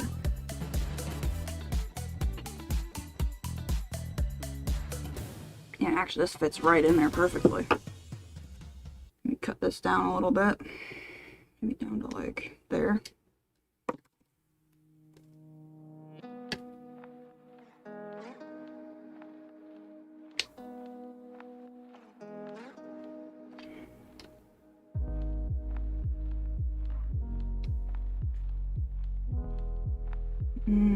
That's too long.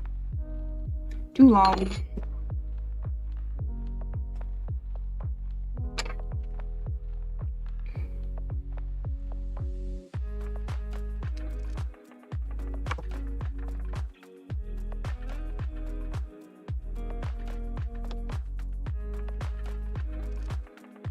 There we go. And like, I get it, they want the driveline to be able to move a little bit. Like, that makes sense. Yeah, see, that's better. That's way better. Like, I know it needs to be a little bit loose. I know that, but...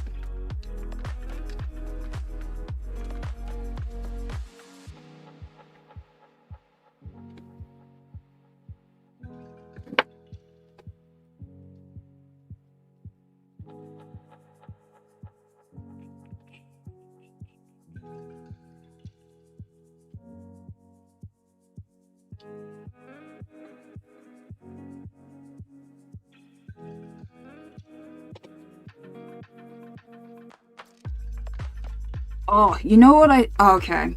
This made me really annoyed. I was on the Snap-on truck yesterday, right? Because it comes around on Fridays. And they had these exact same drivers that I have right now. With friggin' 1/4-inch hex on them. With 1/4-inch hex. And I made these freaking special bits to fit the quarter drive. And the one of them was like, it was literally a 90-degree. Like, it was like this with like a 90-degree head on it. I was like, dude, where were these when I was buying these, right? Because then I would have just bought those and just used the MIP tips as they were instead of making my own custom bits. But you know, Erica likes to make her stuff custom, so.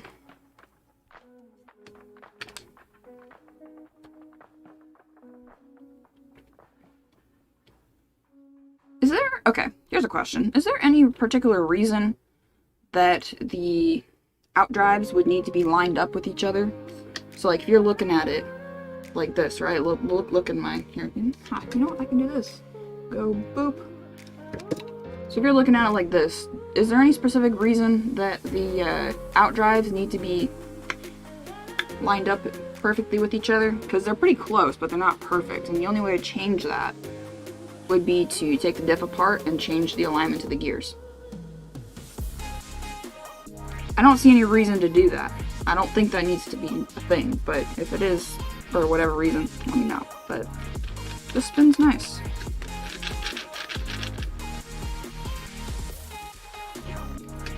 Ha! It would have helped if I put the flippin', oh my gosh, Erica. Erica, It would have helped if you put the flippin'... Ow! Steering linkage underneath the driveline, not on top of it. Yeah, I don't think it matters.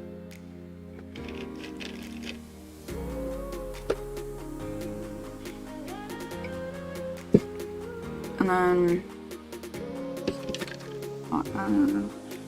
let's start with 2 more screws in.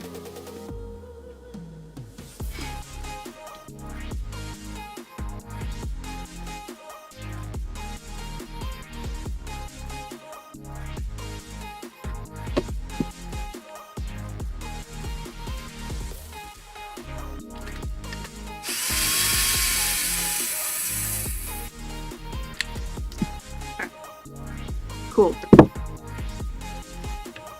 And I think I'm going to go ahead and slap the top deck on just because that's 4 screws.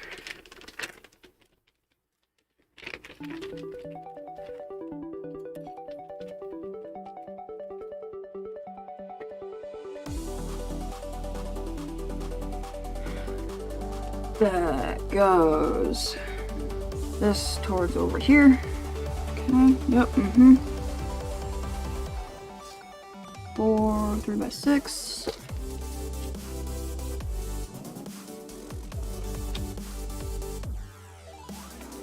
Yeah, I know, right? Of course it comes on Fridays. It could be Nugget. That's kind of what I was thinking. That's where my mind was going.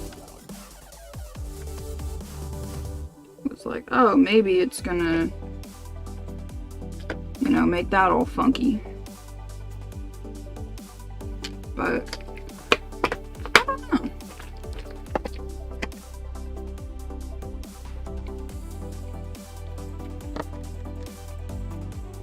I think it'll be okay.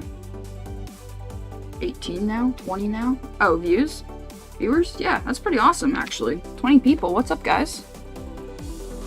Thank you so much for tuning in.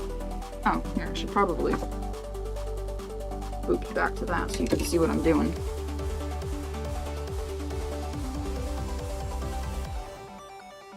Yeah, we're climbing for some reason. That's interesting. What have you guys been up to? What's your latest RC project? Come on now, don't let Brad and Atomic and Blue Talk and Kurt scare you off now.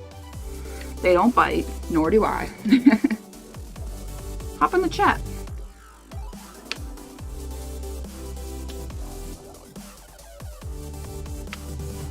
Whoa, that's kind of a lot.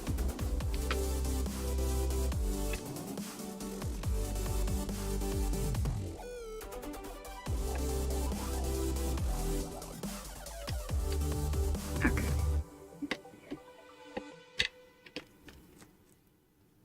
I like it. I like it. And very sophisticated looking.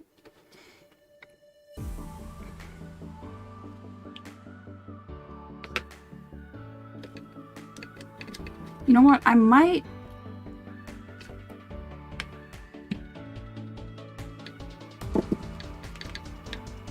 Yeah, that's a chassis for you. Very cool. Look at that.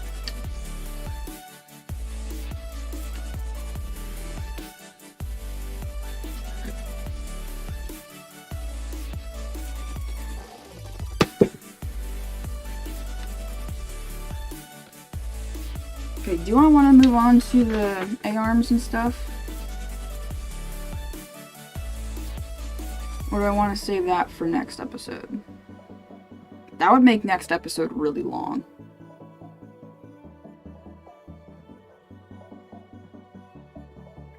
Because putting together the axles and such, I mean, that's probably about 3 minutes each, 3 to 4 minutes each. It's 8. A-arm is probably like 2, 4, 12, intro, 14, probably end up doing shocks, sway bars too.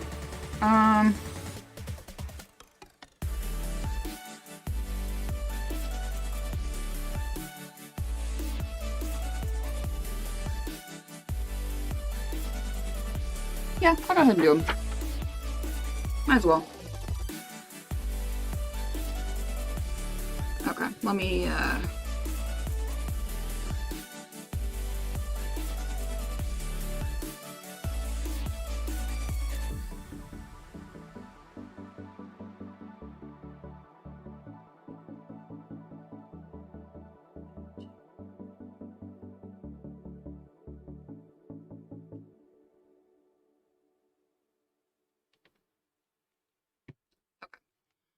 just finished rebuilding your low CTLR 22X4 yesterday and rebuilding the shocks for it as my dog bones fall out when I get air. Cool. Sounds like a good project. What's TLR 22X-4? Let me look that up because I want to know. TLR 22X4. 1/10. Okay, 1/10 buggy. Cool. Do you race it, Atomic?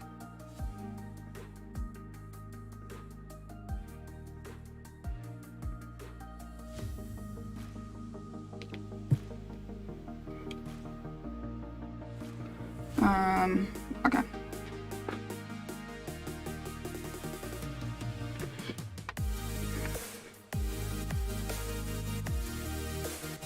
think what I'm gonna do here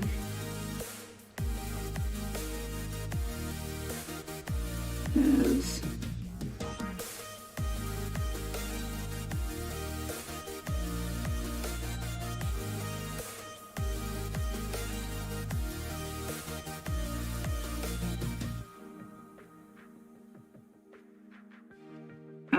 let's see what am I gonna do here.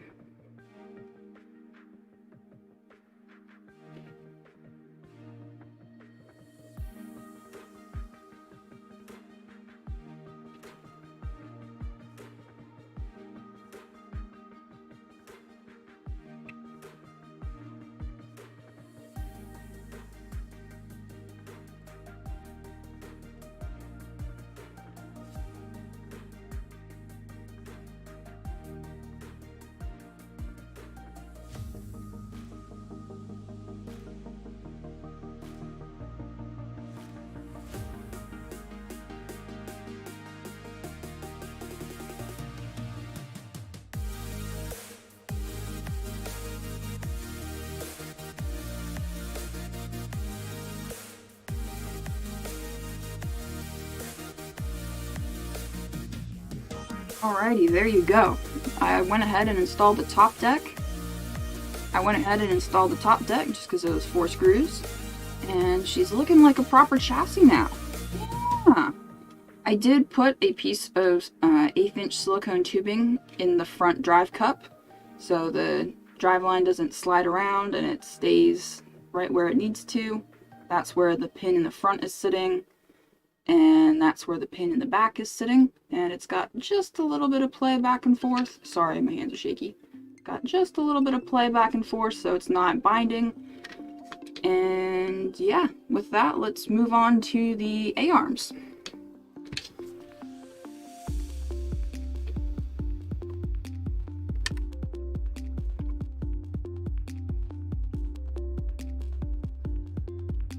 Okay, let's get this all set up now. So, start with the rear arms. Those out of the bag. Somewhere. 8 arms, what are you?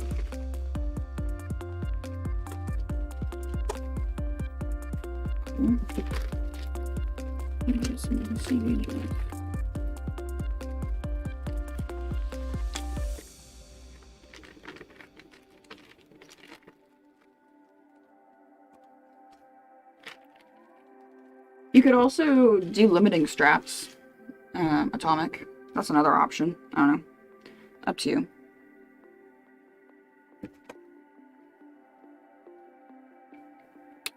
Whoa! Wow, taking off like a rocket.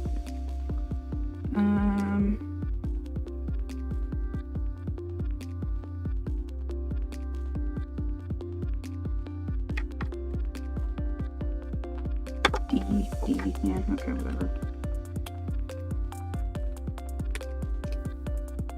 Shave those down a little bit, make them nice looking.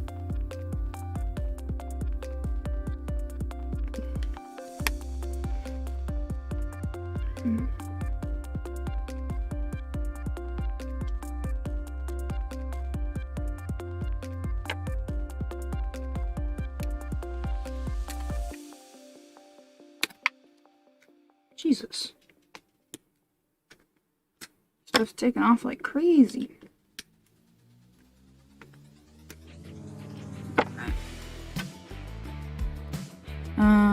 This could probably...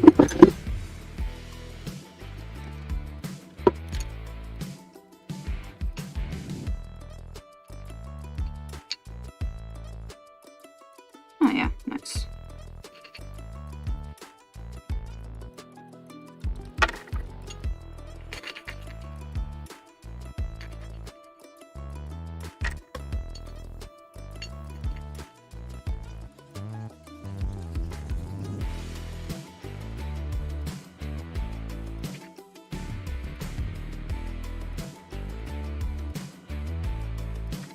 Cool.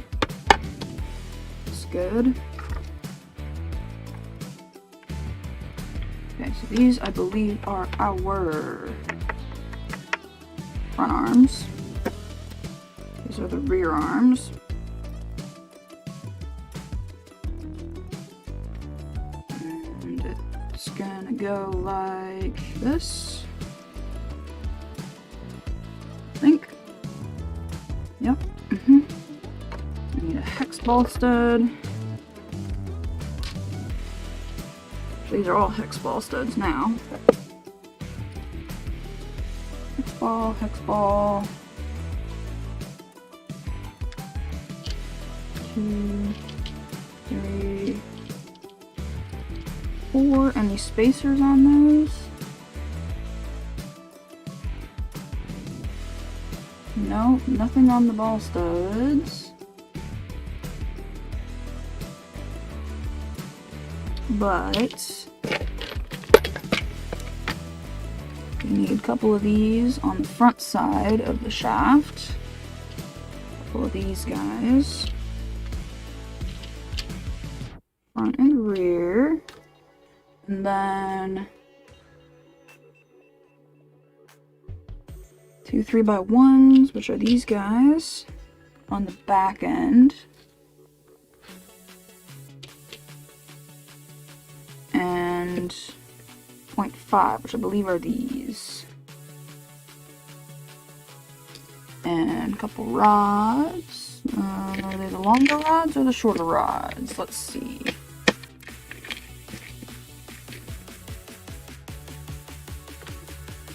It is the, I don't know, is this longer or shorter?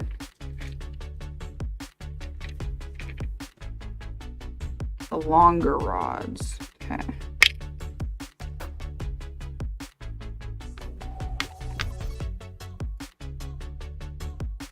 And we're gonna want 1D and spacer.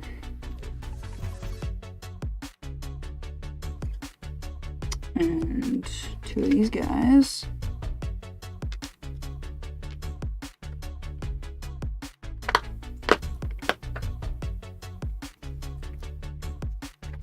So are these all the same size stuff?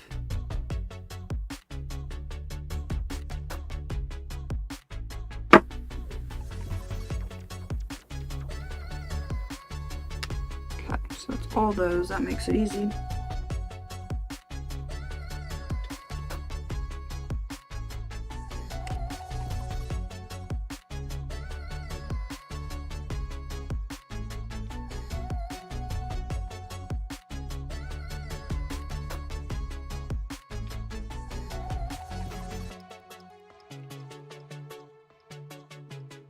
That in there, that in the middle hole, that in the top.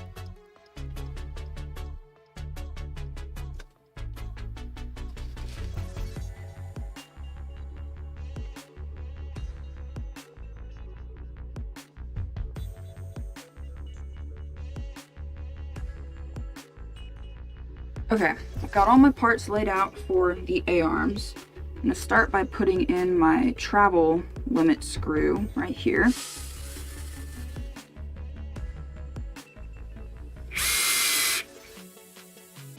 It needs to be just poking out the bottom, maybe a little more than that. They give you a drawing in the manual for how far it needs to stick out. I'm just going to eyeball it because I'll probably be adjusting it later, so I'm just going to do that for now. And then I'm going to put a hexagonal. Oh, are you kidding me? I can't put my driver in this? That's dumb. They need me to actually use a cross wrench for this? Bro. I can't. Okay, so I guess we're using an actual cross wrench at this point in the build to put a ball stud in the center hole on the front side of the arm.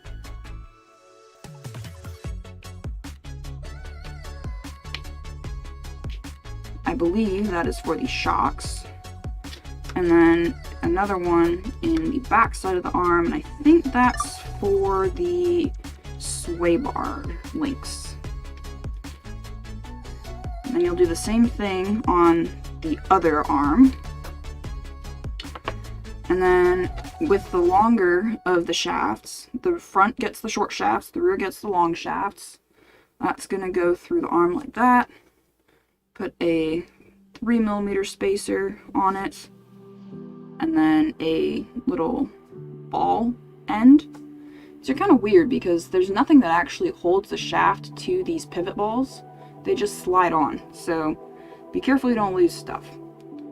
And then a 1mm spacer on the other side, a 0.5mm spacer, and another pivot ball. And at that point, it should be ready to go onto the chassis. I'll do the same one and come back to you. I'll do the same thing on the other one and we'll install them. I'll do the same thing on the other one and then we'll install them.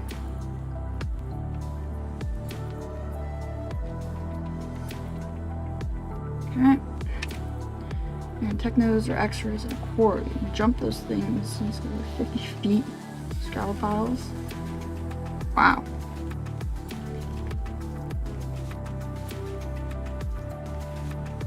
$56 for 2 CVDs. It's not terrible.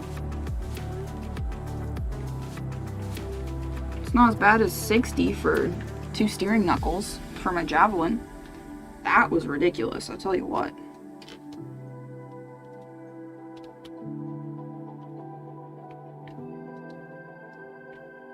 I wish these had L and R printed. Oh, they don't. I wish these had L and R printed on them. They don't. Oh well.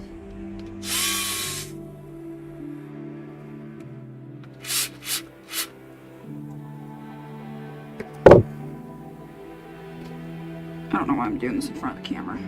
It's silly. Ball stud. Yeah, honestly, probably worth it. You're right, Brad.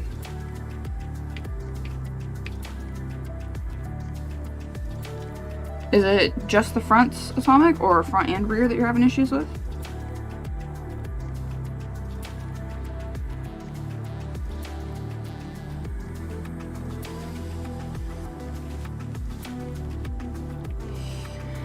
Yeah, fair. This kit... Yeah, I lost a couple dog bones when my steering knuckle was broken on my Javelin. I lost a couple dog bones because I was too lazy to fix it because it was still driving just fine. So I was like, there's nothing wrong with it. It's fine. Okay, this big spacer, pivot ball.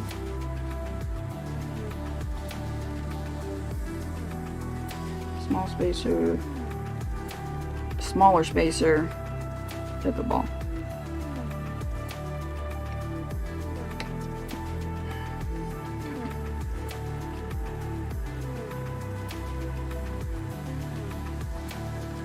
Oh, they're attached to the hub, but they come out of the Oh, I see what you're saying. So they're attached to the hub, but they're dog bones at the differential. Is that what you're saying? So you don't actually lose them, they just pop out.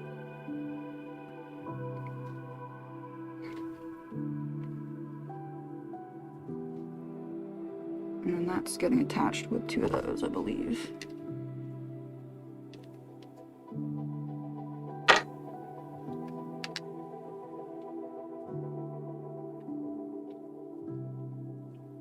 These are the rear A-arms. I'm not sure if I mentioned that or not.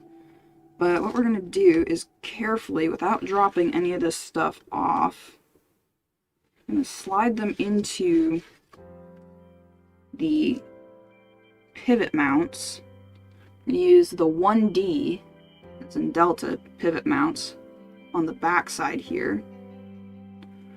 And then carefully flip that over. I'm going to prep a screw here with some Loctite and carefully flip that over. Start both of the screws. Sorry, this is kind of hard to get in shot here. I'm going to leave them slightly loose though, because we need to put a shim under that pivot mount.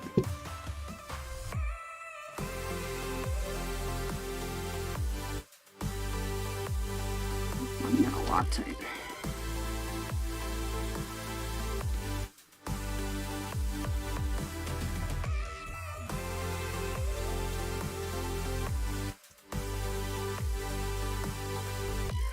Now this shim, the openings in the slots are going to go towards the center of the chassis. That's going to slide under there. Hold it in there with my fingernail while I tighten this down.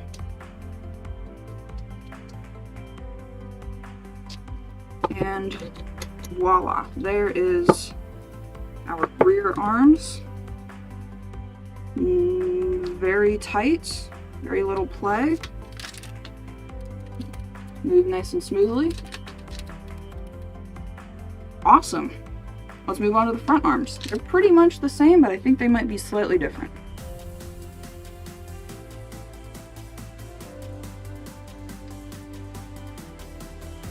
Gotcha, Atomic.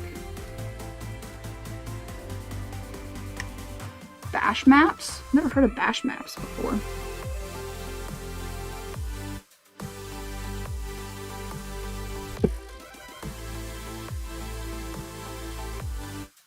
Okay, front arms. Let's see what we got here.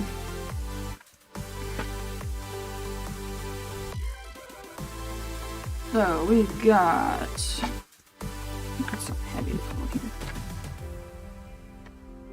That didn't help. Okay. Front arms. All goes towards the front. 2 more of those. Up. Up. Go there. Couple of... I'm going to be putting Coyote electronics in it.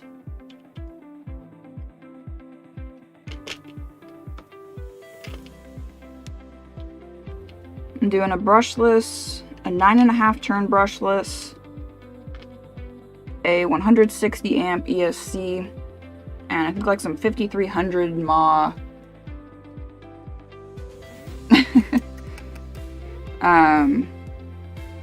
like super skinny packs. They're literally as thin as my phone. Like, I swear, they are as thin as my phone. The packs are so skinny. I was thinking about putting a brushed motor in it, but there wasn't really anything super special that I wanted. Half and a by one. So I need 2x2s. 2x1s, got those. Don't know what those other 2 are for. Guess maybe we'll find out at some point. Those are going to be for the pivot mount. That's going to be for the pivot mount. Actual pivot mount. Shaft. Shaft. Oh, it wants grease on those.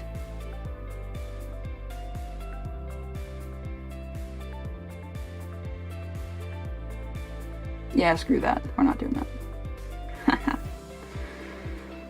We're not doing that. D1, D2.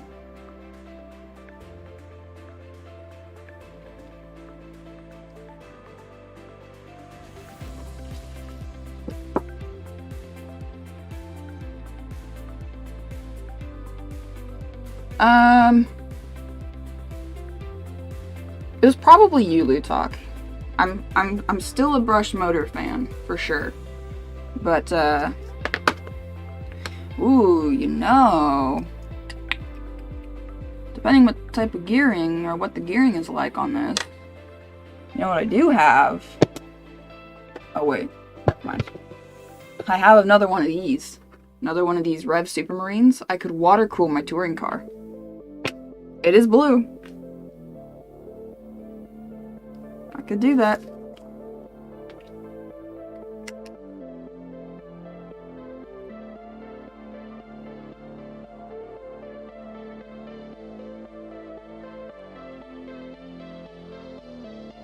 Alright, so we're going to start with another ball stud in the back side of, actually maybe this is the front. Actually, I think this is the front side of the control arm.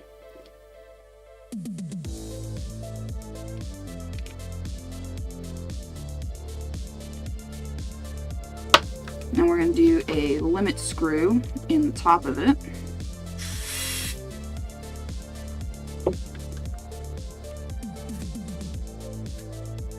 About there. Should be good.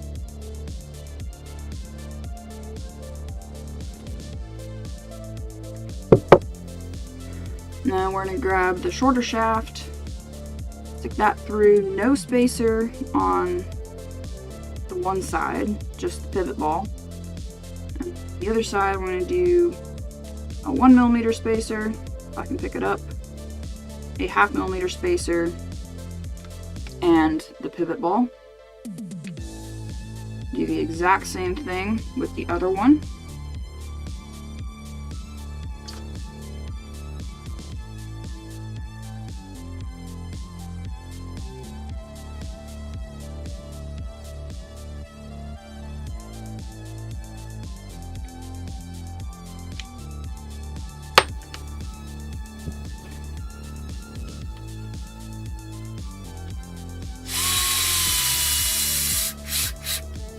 Oh, it's hot.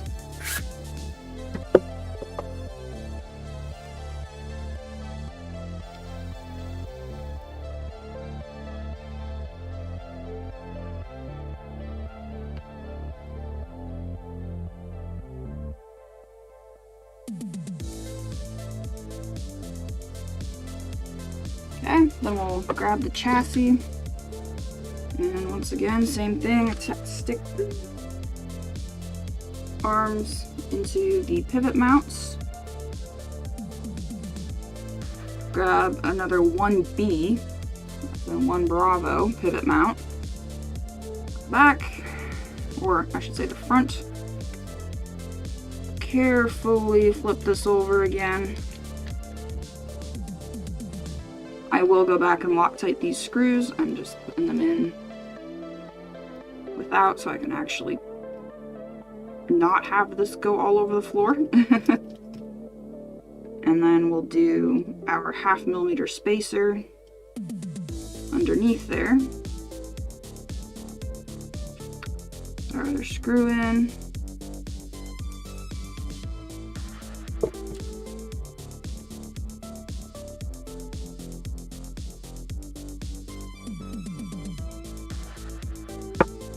And there you go.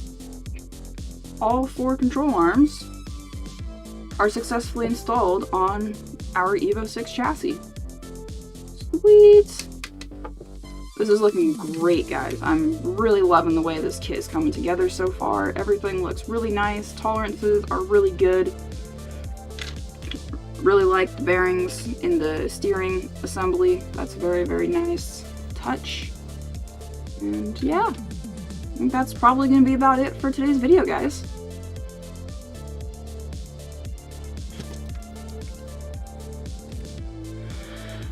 Okay.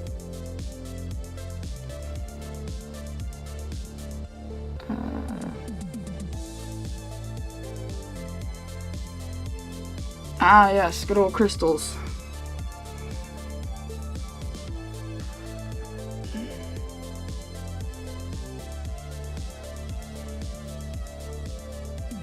Alright, maybe throw some Loctite on those screws real quick. We'll knock out an outro.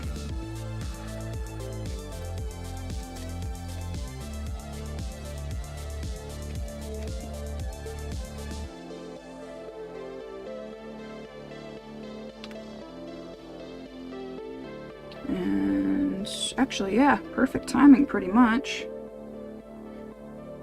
Because then I'm gonna go and get some food with the body. And yeah. We're gonna go check out, I think I mentioned this already, I don't know if some of you were there or not for it, but we're gonna go check out a German place.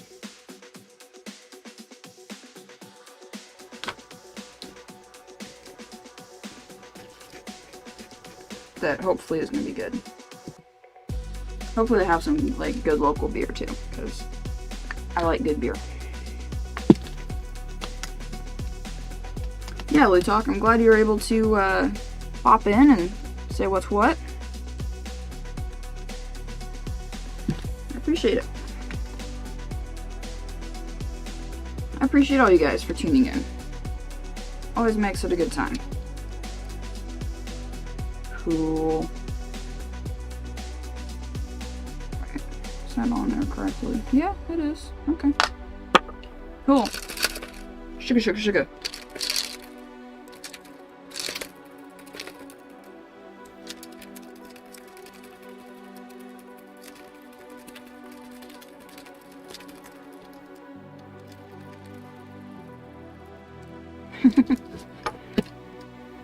Yeah, no 5-hour stream today, guys.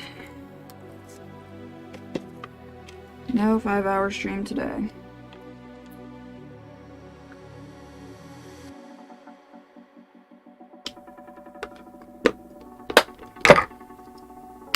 I don't know. I might have nothing to do tomorrow, so maybe we'll be back here doing this again tomorrow. Shake it, don't break it. Your mom spent 9 months to make it. Oh wait, wrong song. That's funny.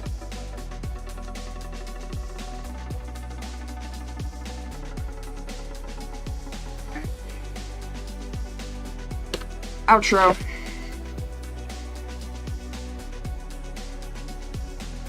Ah, you're funny, Blue Talk.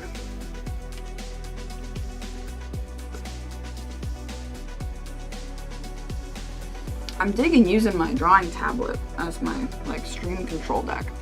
I just having the light in the way is kind of irritating. Sure thing. No problem. Okay.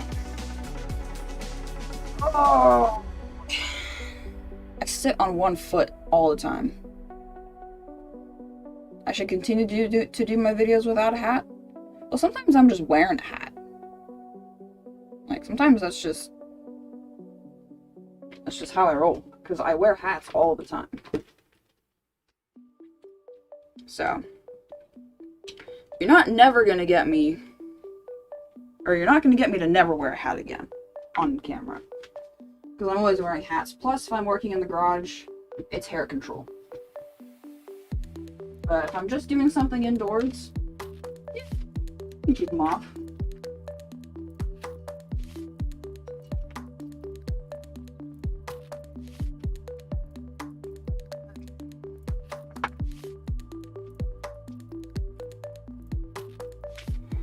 Final, whatever it's called, stint run. Stretch. There you go, that's the word. Final stretch. Outro. And we'll be out of here.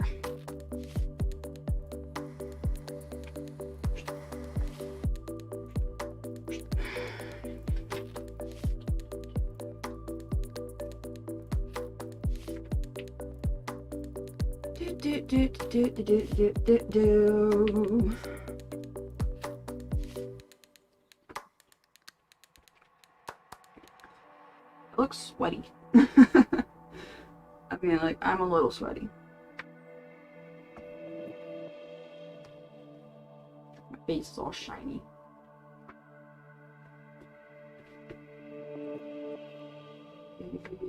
Let's turn that back a little bit. That side, yeah, looks pretty even.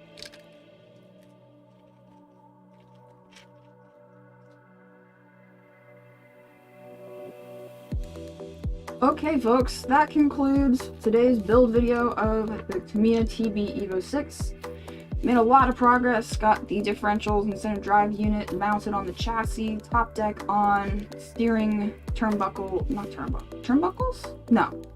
Steering bell cranks, the steering assembly all put together, the control arm is on, and it's looking awesome so far. Really liking the fit and finish of everything, loving all the blue, looks very, very swanky. Next time, I think we're going to be looking at drive shafts and the rest of the suspension. So that's going to include shocks. You guys know I don't really like doing shocks, but it's part of RC cars, so we're going to have to do some shocks. Anyway, with that, thank you so much for watching. I hope you enjoyed. Please do leave a big fat thumbs up if this does happen to be the first video that you have seen by me. Make sure you go down, hit that subscribe button, leave a comment down below.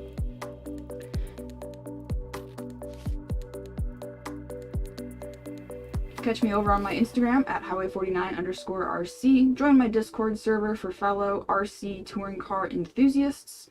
And if you want to support the channel and what I do, consider becoming a channel member or joining my Patreon. Both of which will get you an exclusive Discord status. So, you know, just saying. That's it. That's all for me. Okay, that was really dumb. That was really dumb.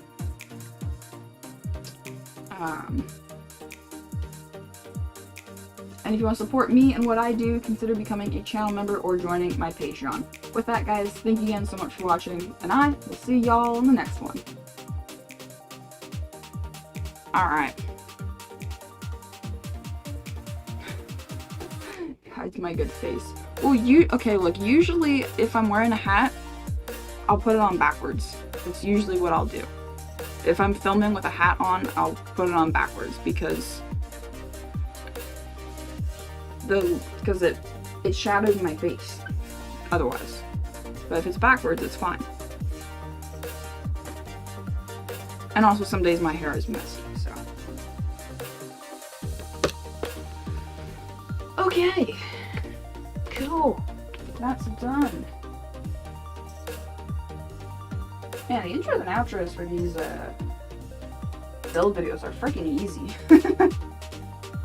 Tell you what. For the... Like, I haven't done this style video for a while. Just like straight up basic punk ass videos. And so the intros and outros are so easy. Like, you don't even have to do anything. Wahaha. Okay, I don't look that scary, never mind.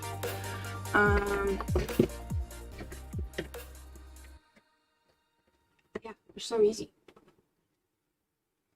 I haven't done any like crazy custom nonsense for quite a while actually. So I guess that's part of it too, is that when I'm doing my crazy custom nonsense, there's always a lot of background and this and that and, you know, explaining things and how I got the idea and how it's gonna get put together and, you know, all the theory behind it and stuff. Anyway,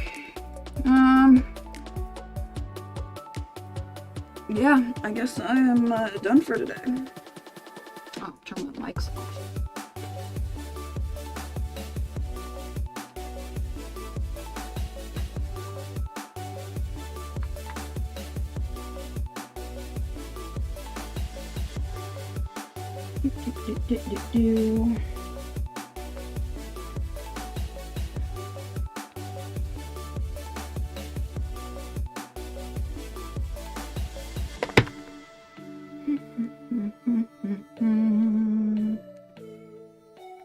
What have you guys got planned for the rest of the night? Anything interesting?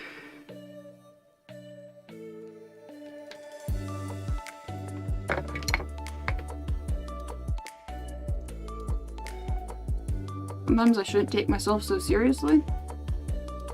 I mean, that's how I get good content, you know?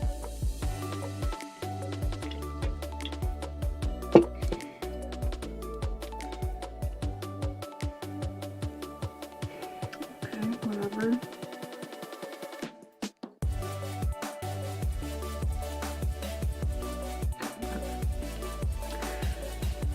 Okay,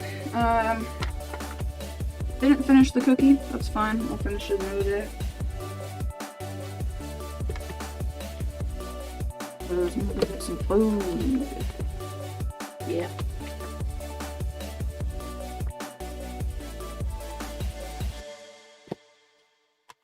Up.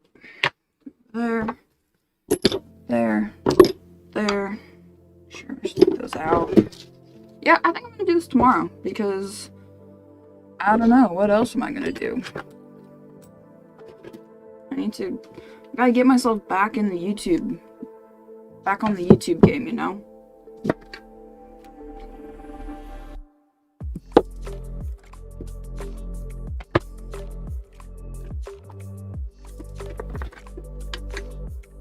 The one thing I don't have is a multi-axle vehicle.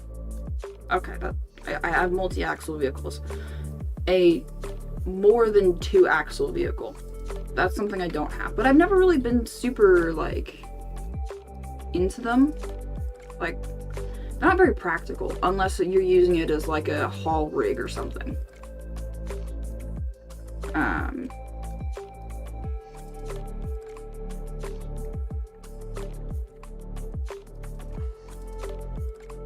That's one thing I haven't done, is a 3 or more axle vehicle. I could try and build a... Oh, Erica, you're gonna get yourself in over your head here, but I could try and build, like, a 5th scale crawler hauler.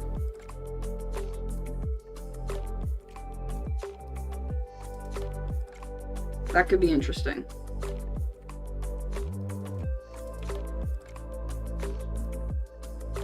Like, I could,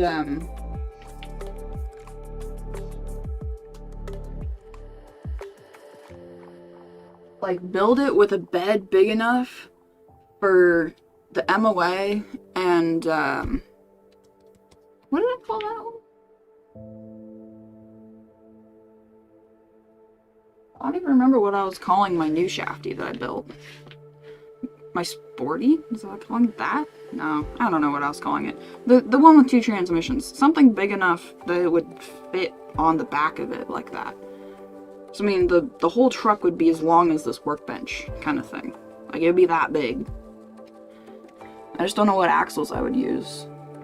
I could use STX6 axles, I guess, but I think those are pretty similar to the width of a Wraith axle.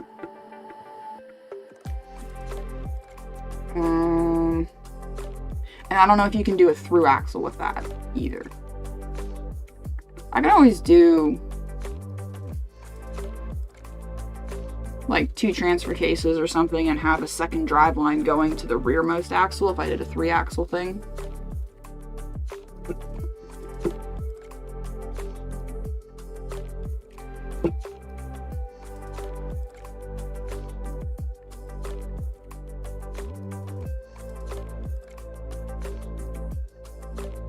I guess you can't do a through axle with the AR60, huh?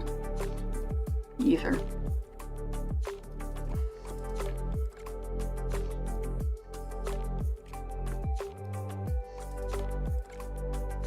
There's the... Yeah, I know, right? On Atomic, wheels are turning. There's the Primal... Is it called the Primal RC Raminator?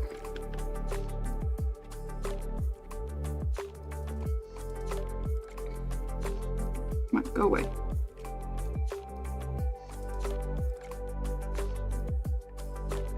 Yeah, Raminator.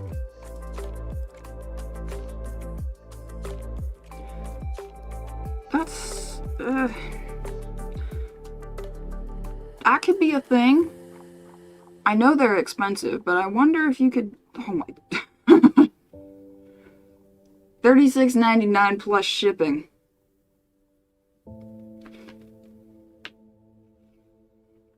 But could you just buy the axles? That's what I want to know.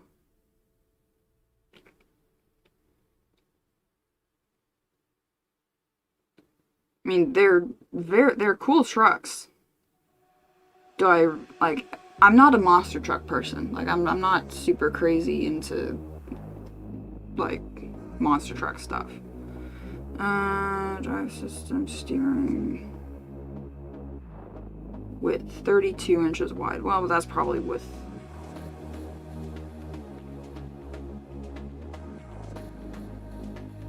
See, so can you get just axles? 'Cause you can... Kevin Talbot truck V4, what?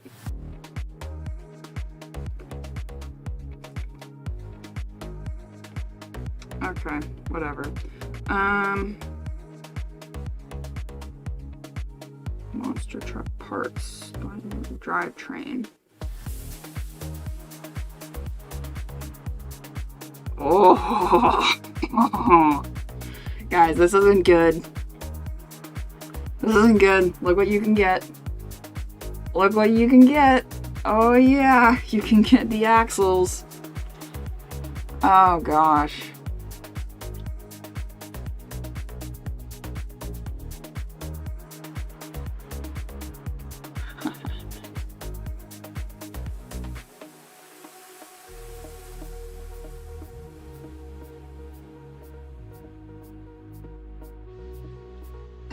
That shit-eating grin said it all. Yes, it did. Yes, it did. Oh, you can just get the housing? Oh. Wow, okay, wow, they actually... This is pretty,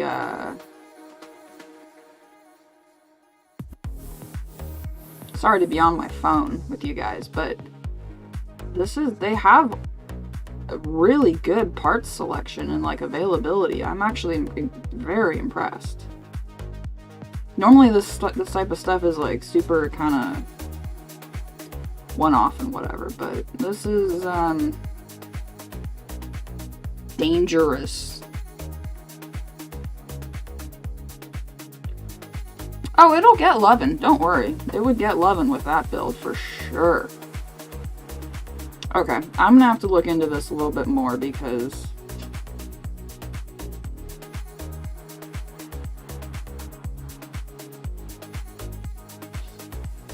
An 8x8 or a 10, see, that's just too big.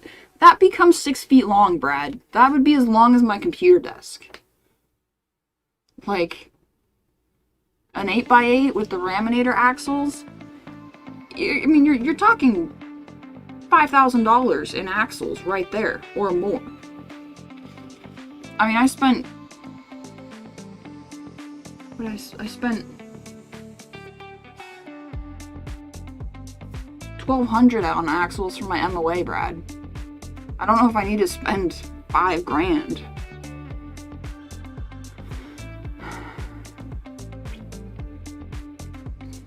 On, axles for this thing, but I remember when DJ Medic got the very first one, or like got it when it first came out. I don't know if it was the first one or not, but he got one at some point, and I remember being impressed with the build quality of it.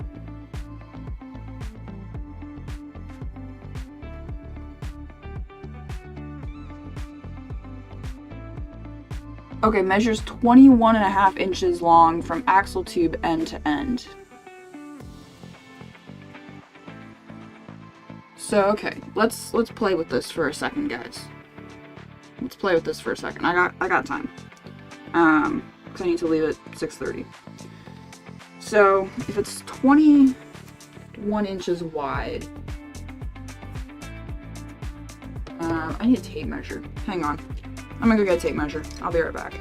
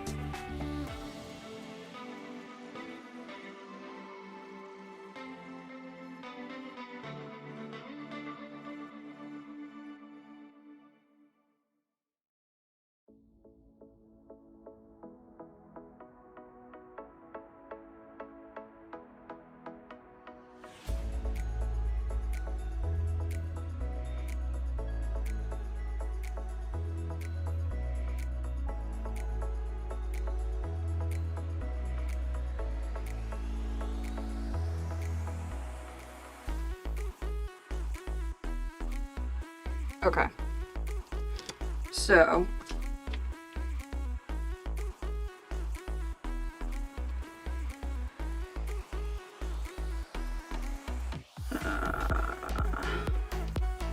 Okay. So. 21. Oh my god. 21 inches wide. Axle tube to tube.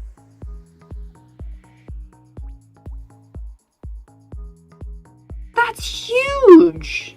I mean, I know this thing is big, but like... Dude. That's as long as my arm. It's as long as my forearm. It did, Atomic. That's as long as my forearm. Jesus.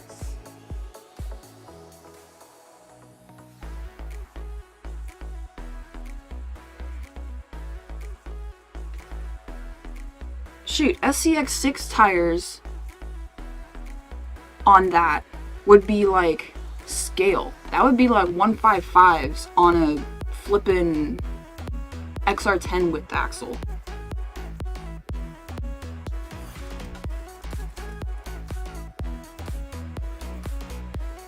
Dude, this would be freaking huge.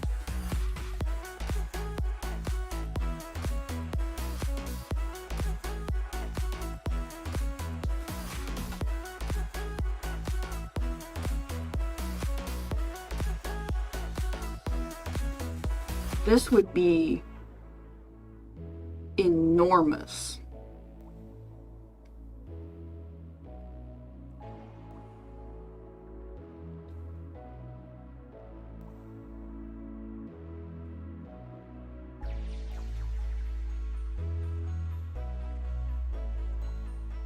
What RPM does a weed whacker motor run?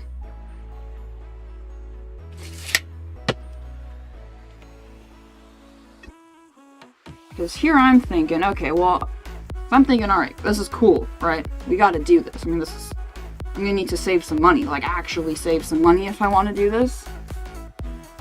Not just be like, oh, they have an electric conversion kit? Oh, bro.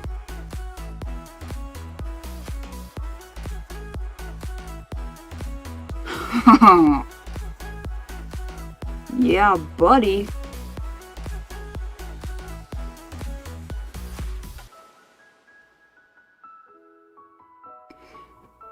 Ah, out of stock. Nice. Racing one's probably above 10,000 RPM. Okay, between 5 and 15 is a weed eater. Okay. So I could probably get like a... I don't know, like a... Wait, does this say how many kV it comes with?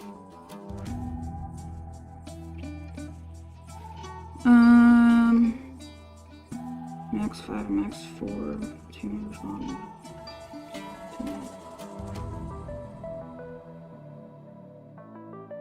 2. Huh. Okay.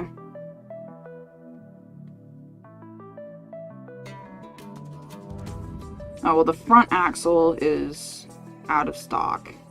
Rear axle's not. But,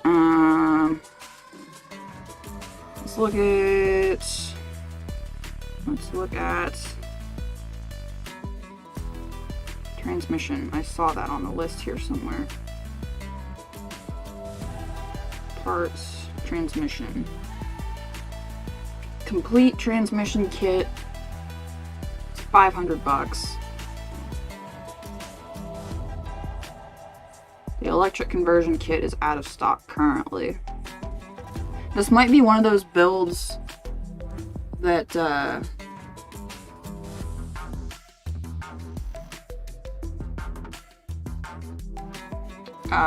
this would be one of those builds that, like, takes a couple years for me to gather all the parts for and to actually start.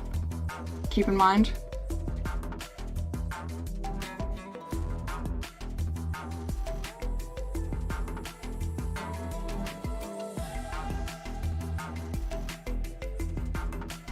I also wouldn't be jumping this thing. This wouldn't be a go fast car. This would be a crawler hauler. You know, like, I'm not too worried about drivetrain strength. I mean, obviously I am to some extent, but like,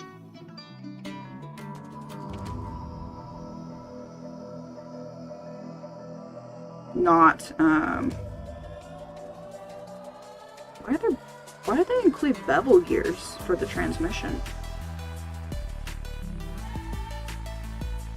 I don't understand. I mean, these are some cool ass parts, though, I tell you what. Got a reverse shift. Well, okay, we're obviously gonna need a reverse shifter. Guys, this is bad. You guys need to become channel members. If you want to see this, you need to become channel members. You need to join my Patreon, okay? But okay, measurements. So it's 22 inches wide. 20, dude, what?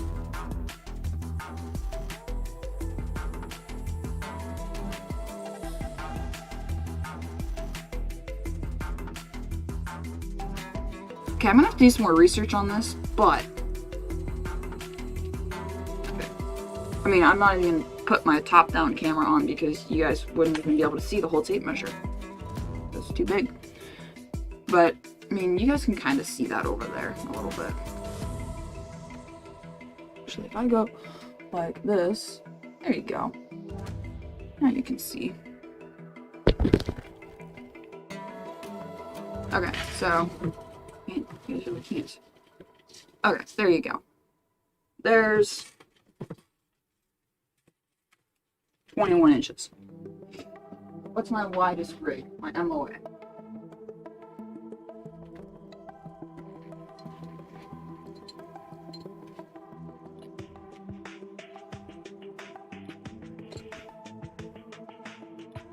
MOA 14 inches wide. True? Oh wait, 13 inches wide. Yeah, 13 inches wide for the MOA. So that leaves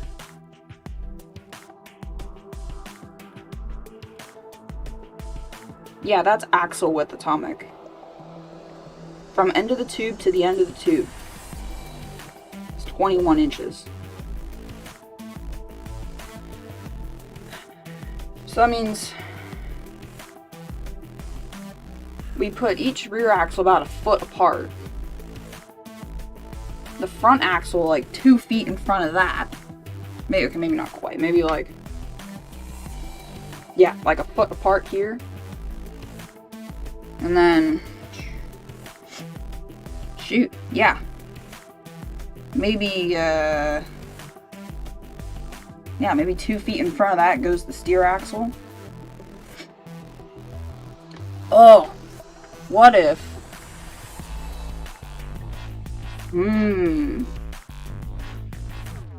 What if we made one of the axles be a drop axle? Like they have on cement mixers. I think that's what those are called. And like the dump trucks, like where one of the axles comes down. Ah. Then you've got good, like the rear axle could come up. So then I'd have 2 feet, a 2 foot long rig for steering. And then when I'm hauling a truck, put the rear axle down,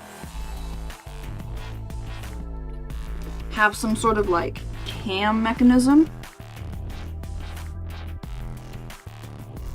Like a big fifth, like use a big 5th scale servo. No, you're fine, Brad. I was making a joke. I was making a joke. Half serious, but it was a joke.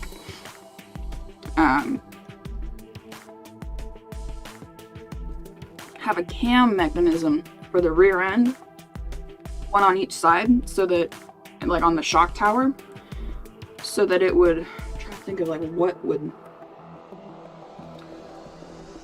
demonstrate this. I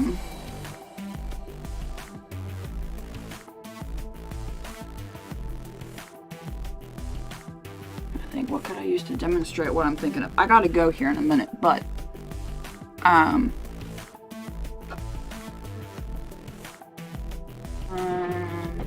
let me just throw our 2 links together real fast.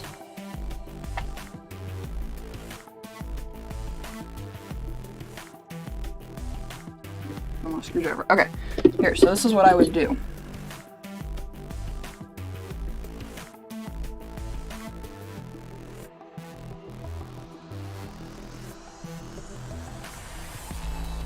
Yeah, like a piston of some sorts for lowering and raising the axle. But it would be...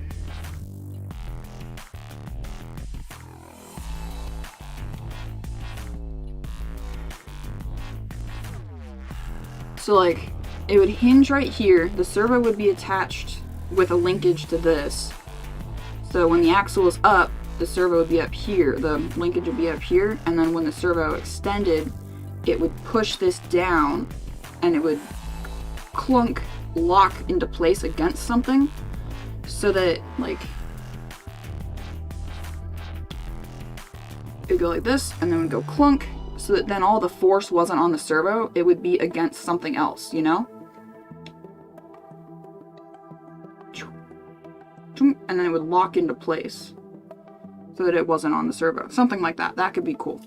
Anyway. This is an interesting idea. I already have how many other builds planned? Actually, after this, I think I have one more build that I have planned that body is for. It's going to be like a 7th scale touring car built out of an E-Max.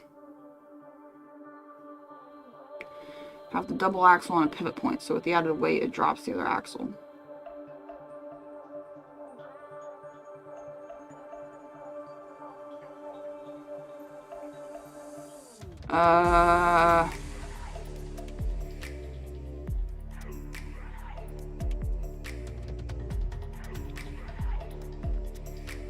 I think I see where you're going with that.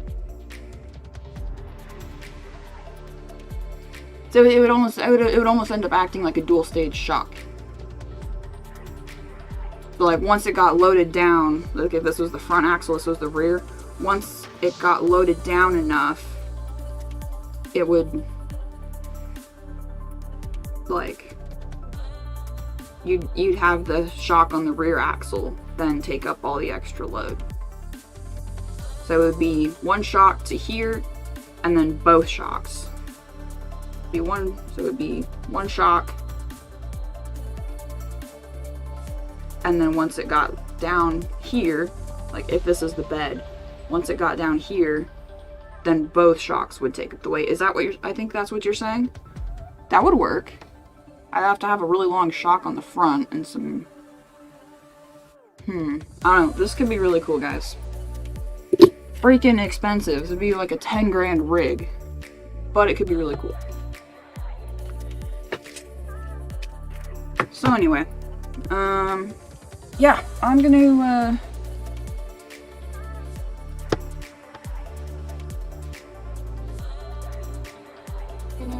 get myself ready to go, and I will see you guys maybe tomorrow. Keep an eye out on Discord and Instagram. If I'm streaming, I'll post up like an hour or two before.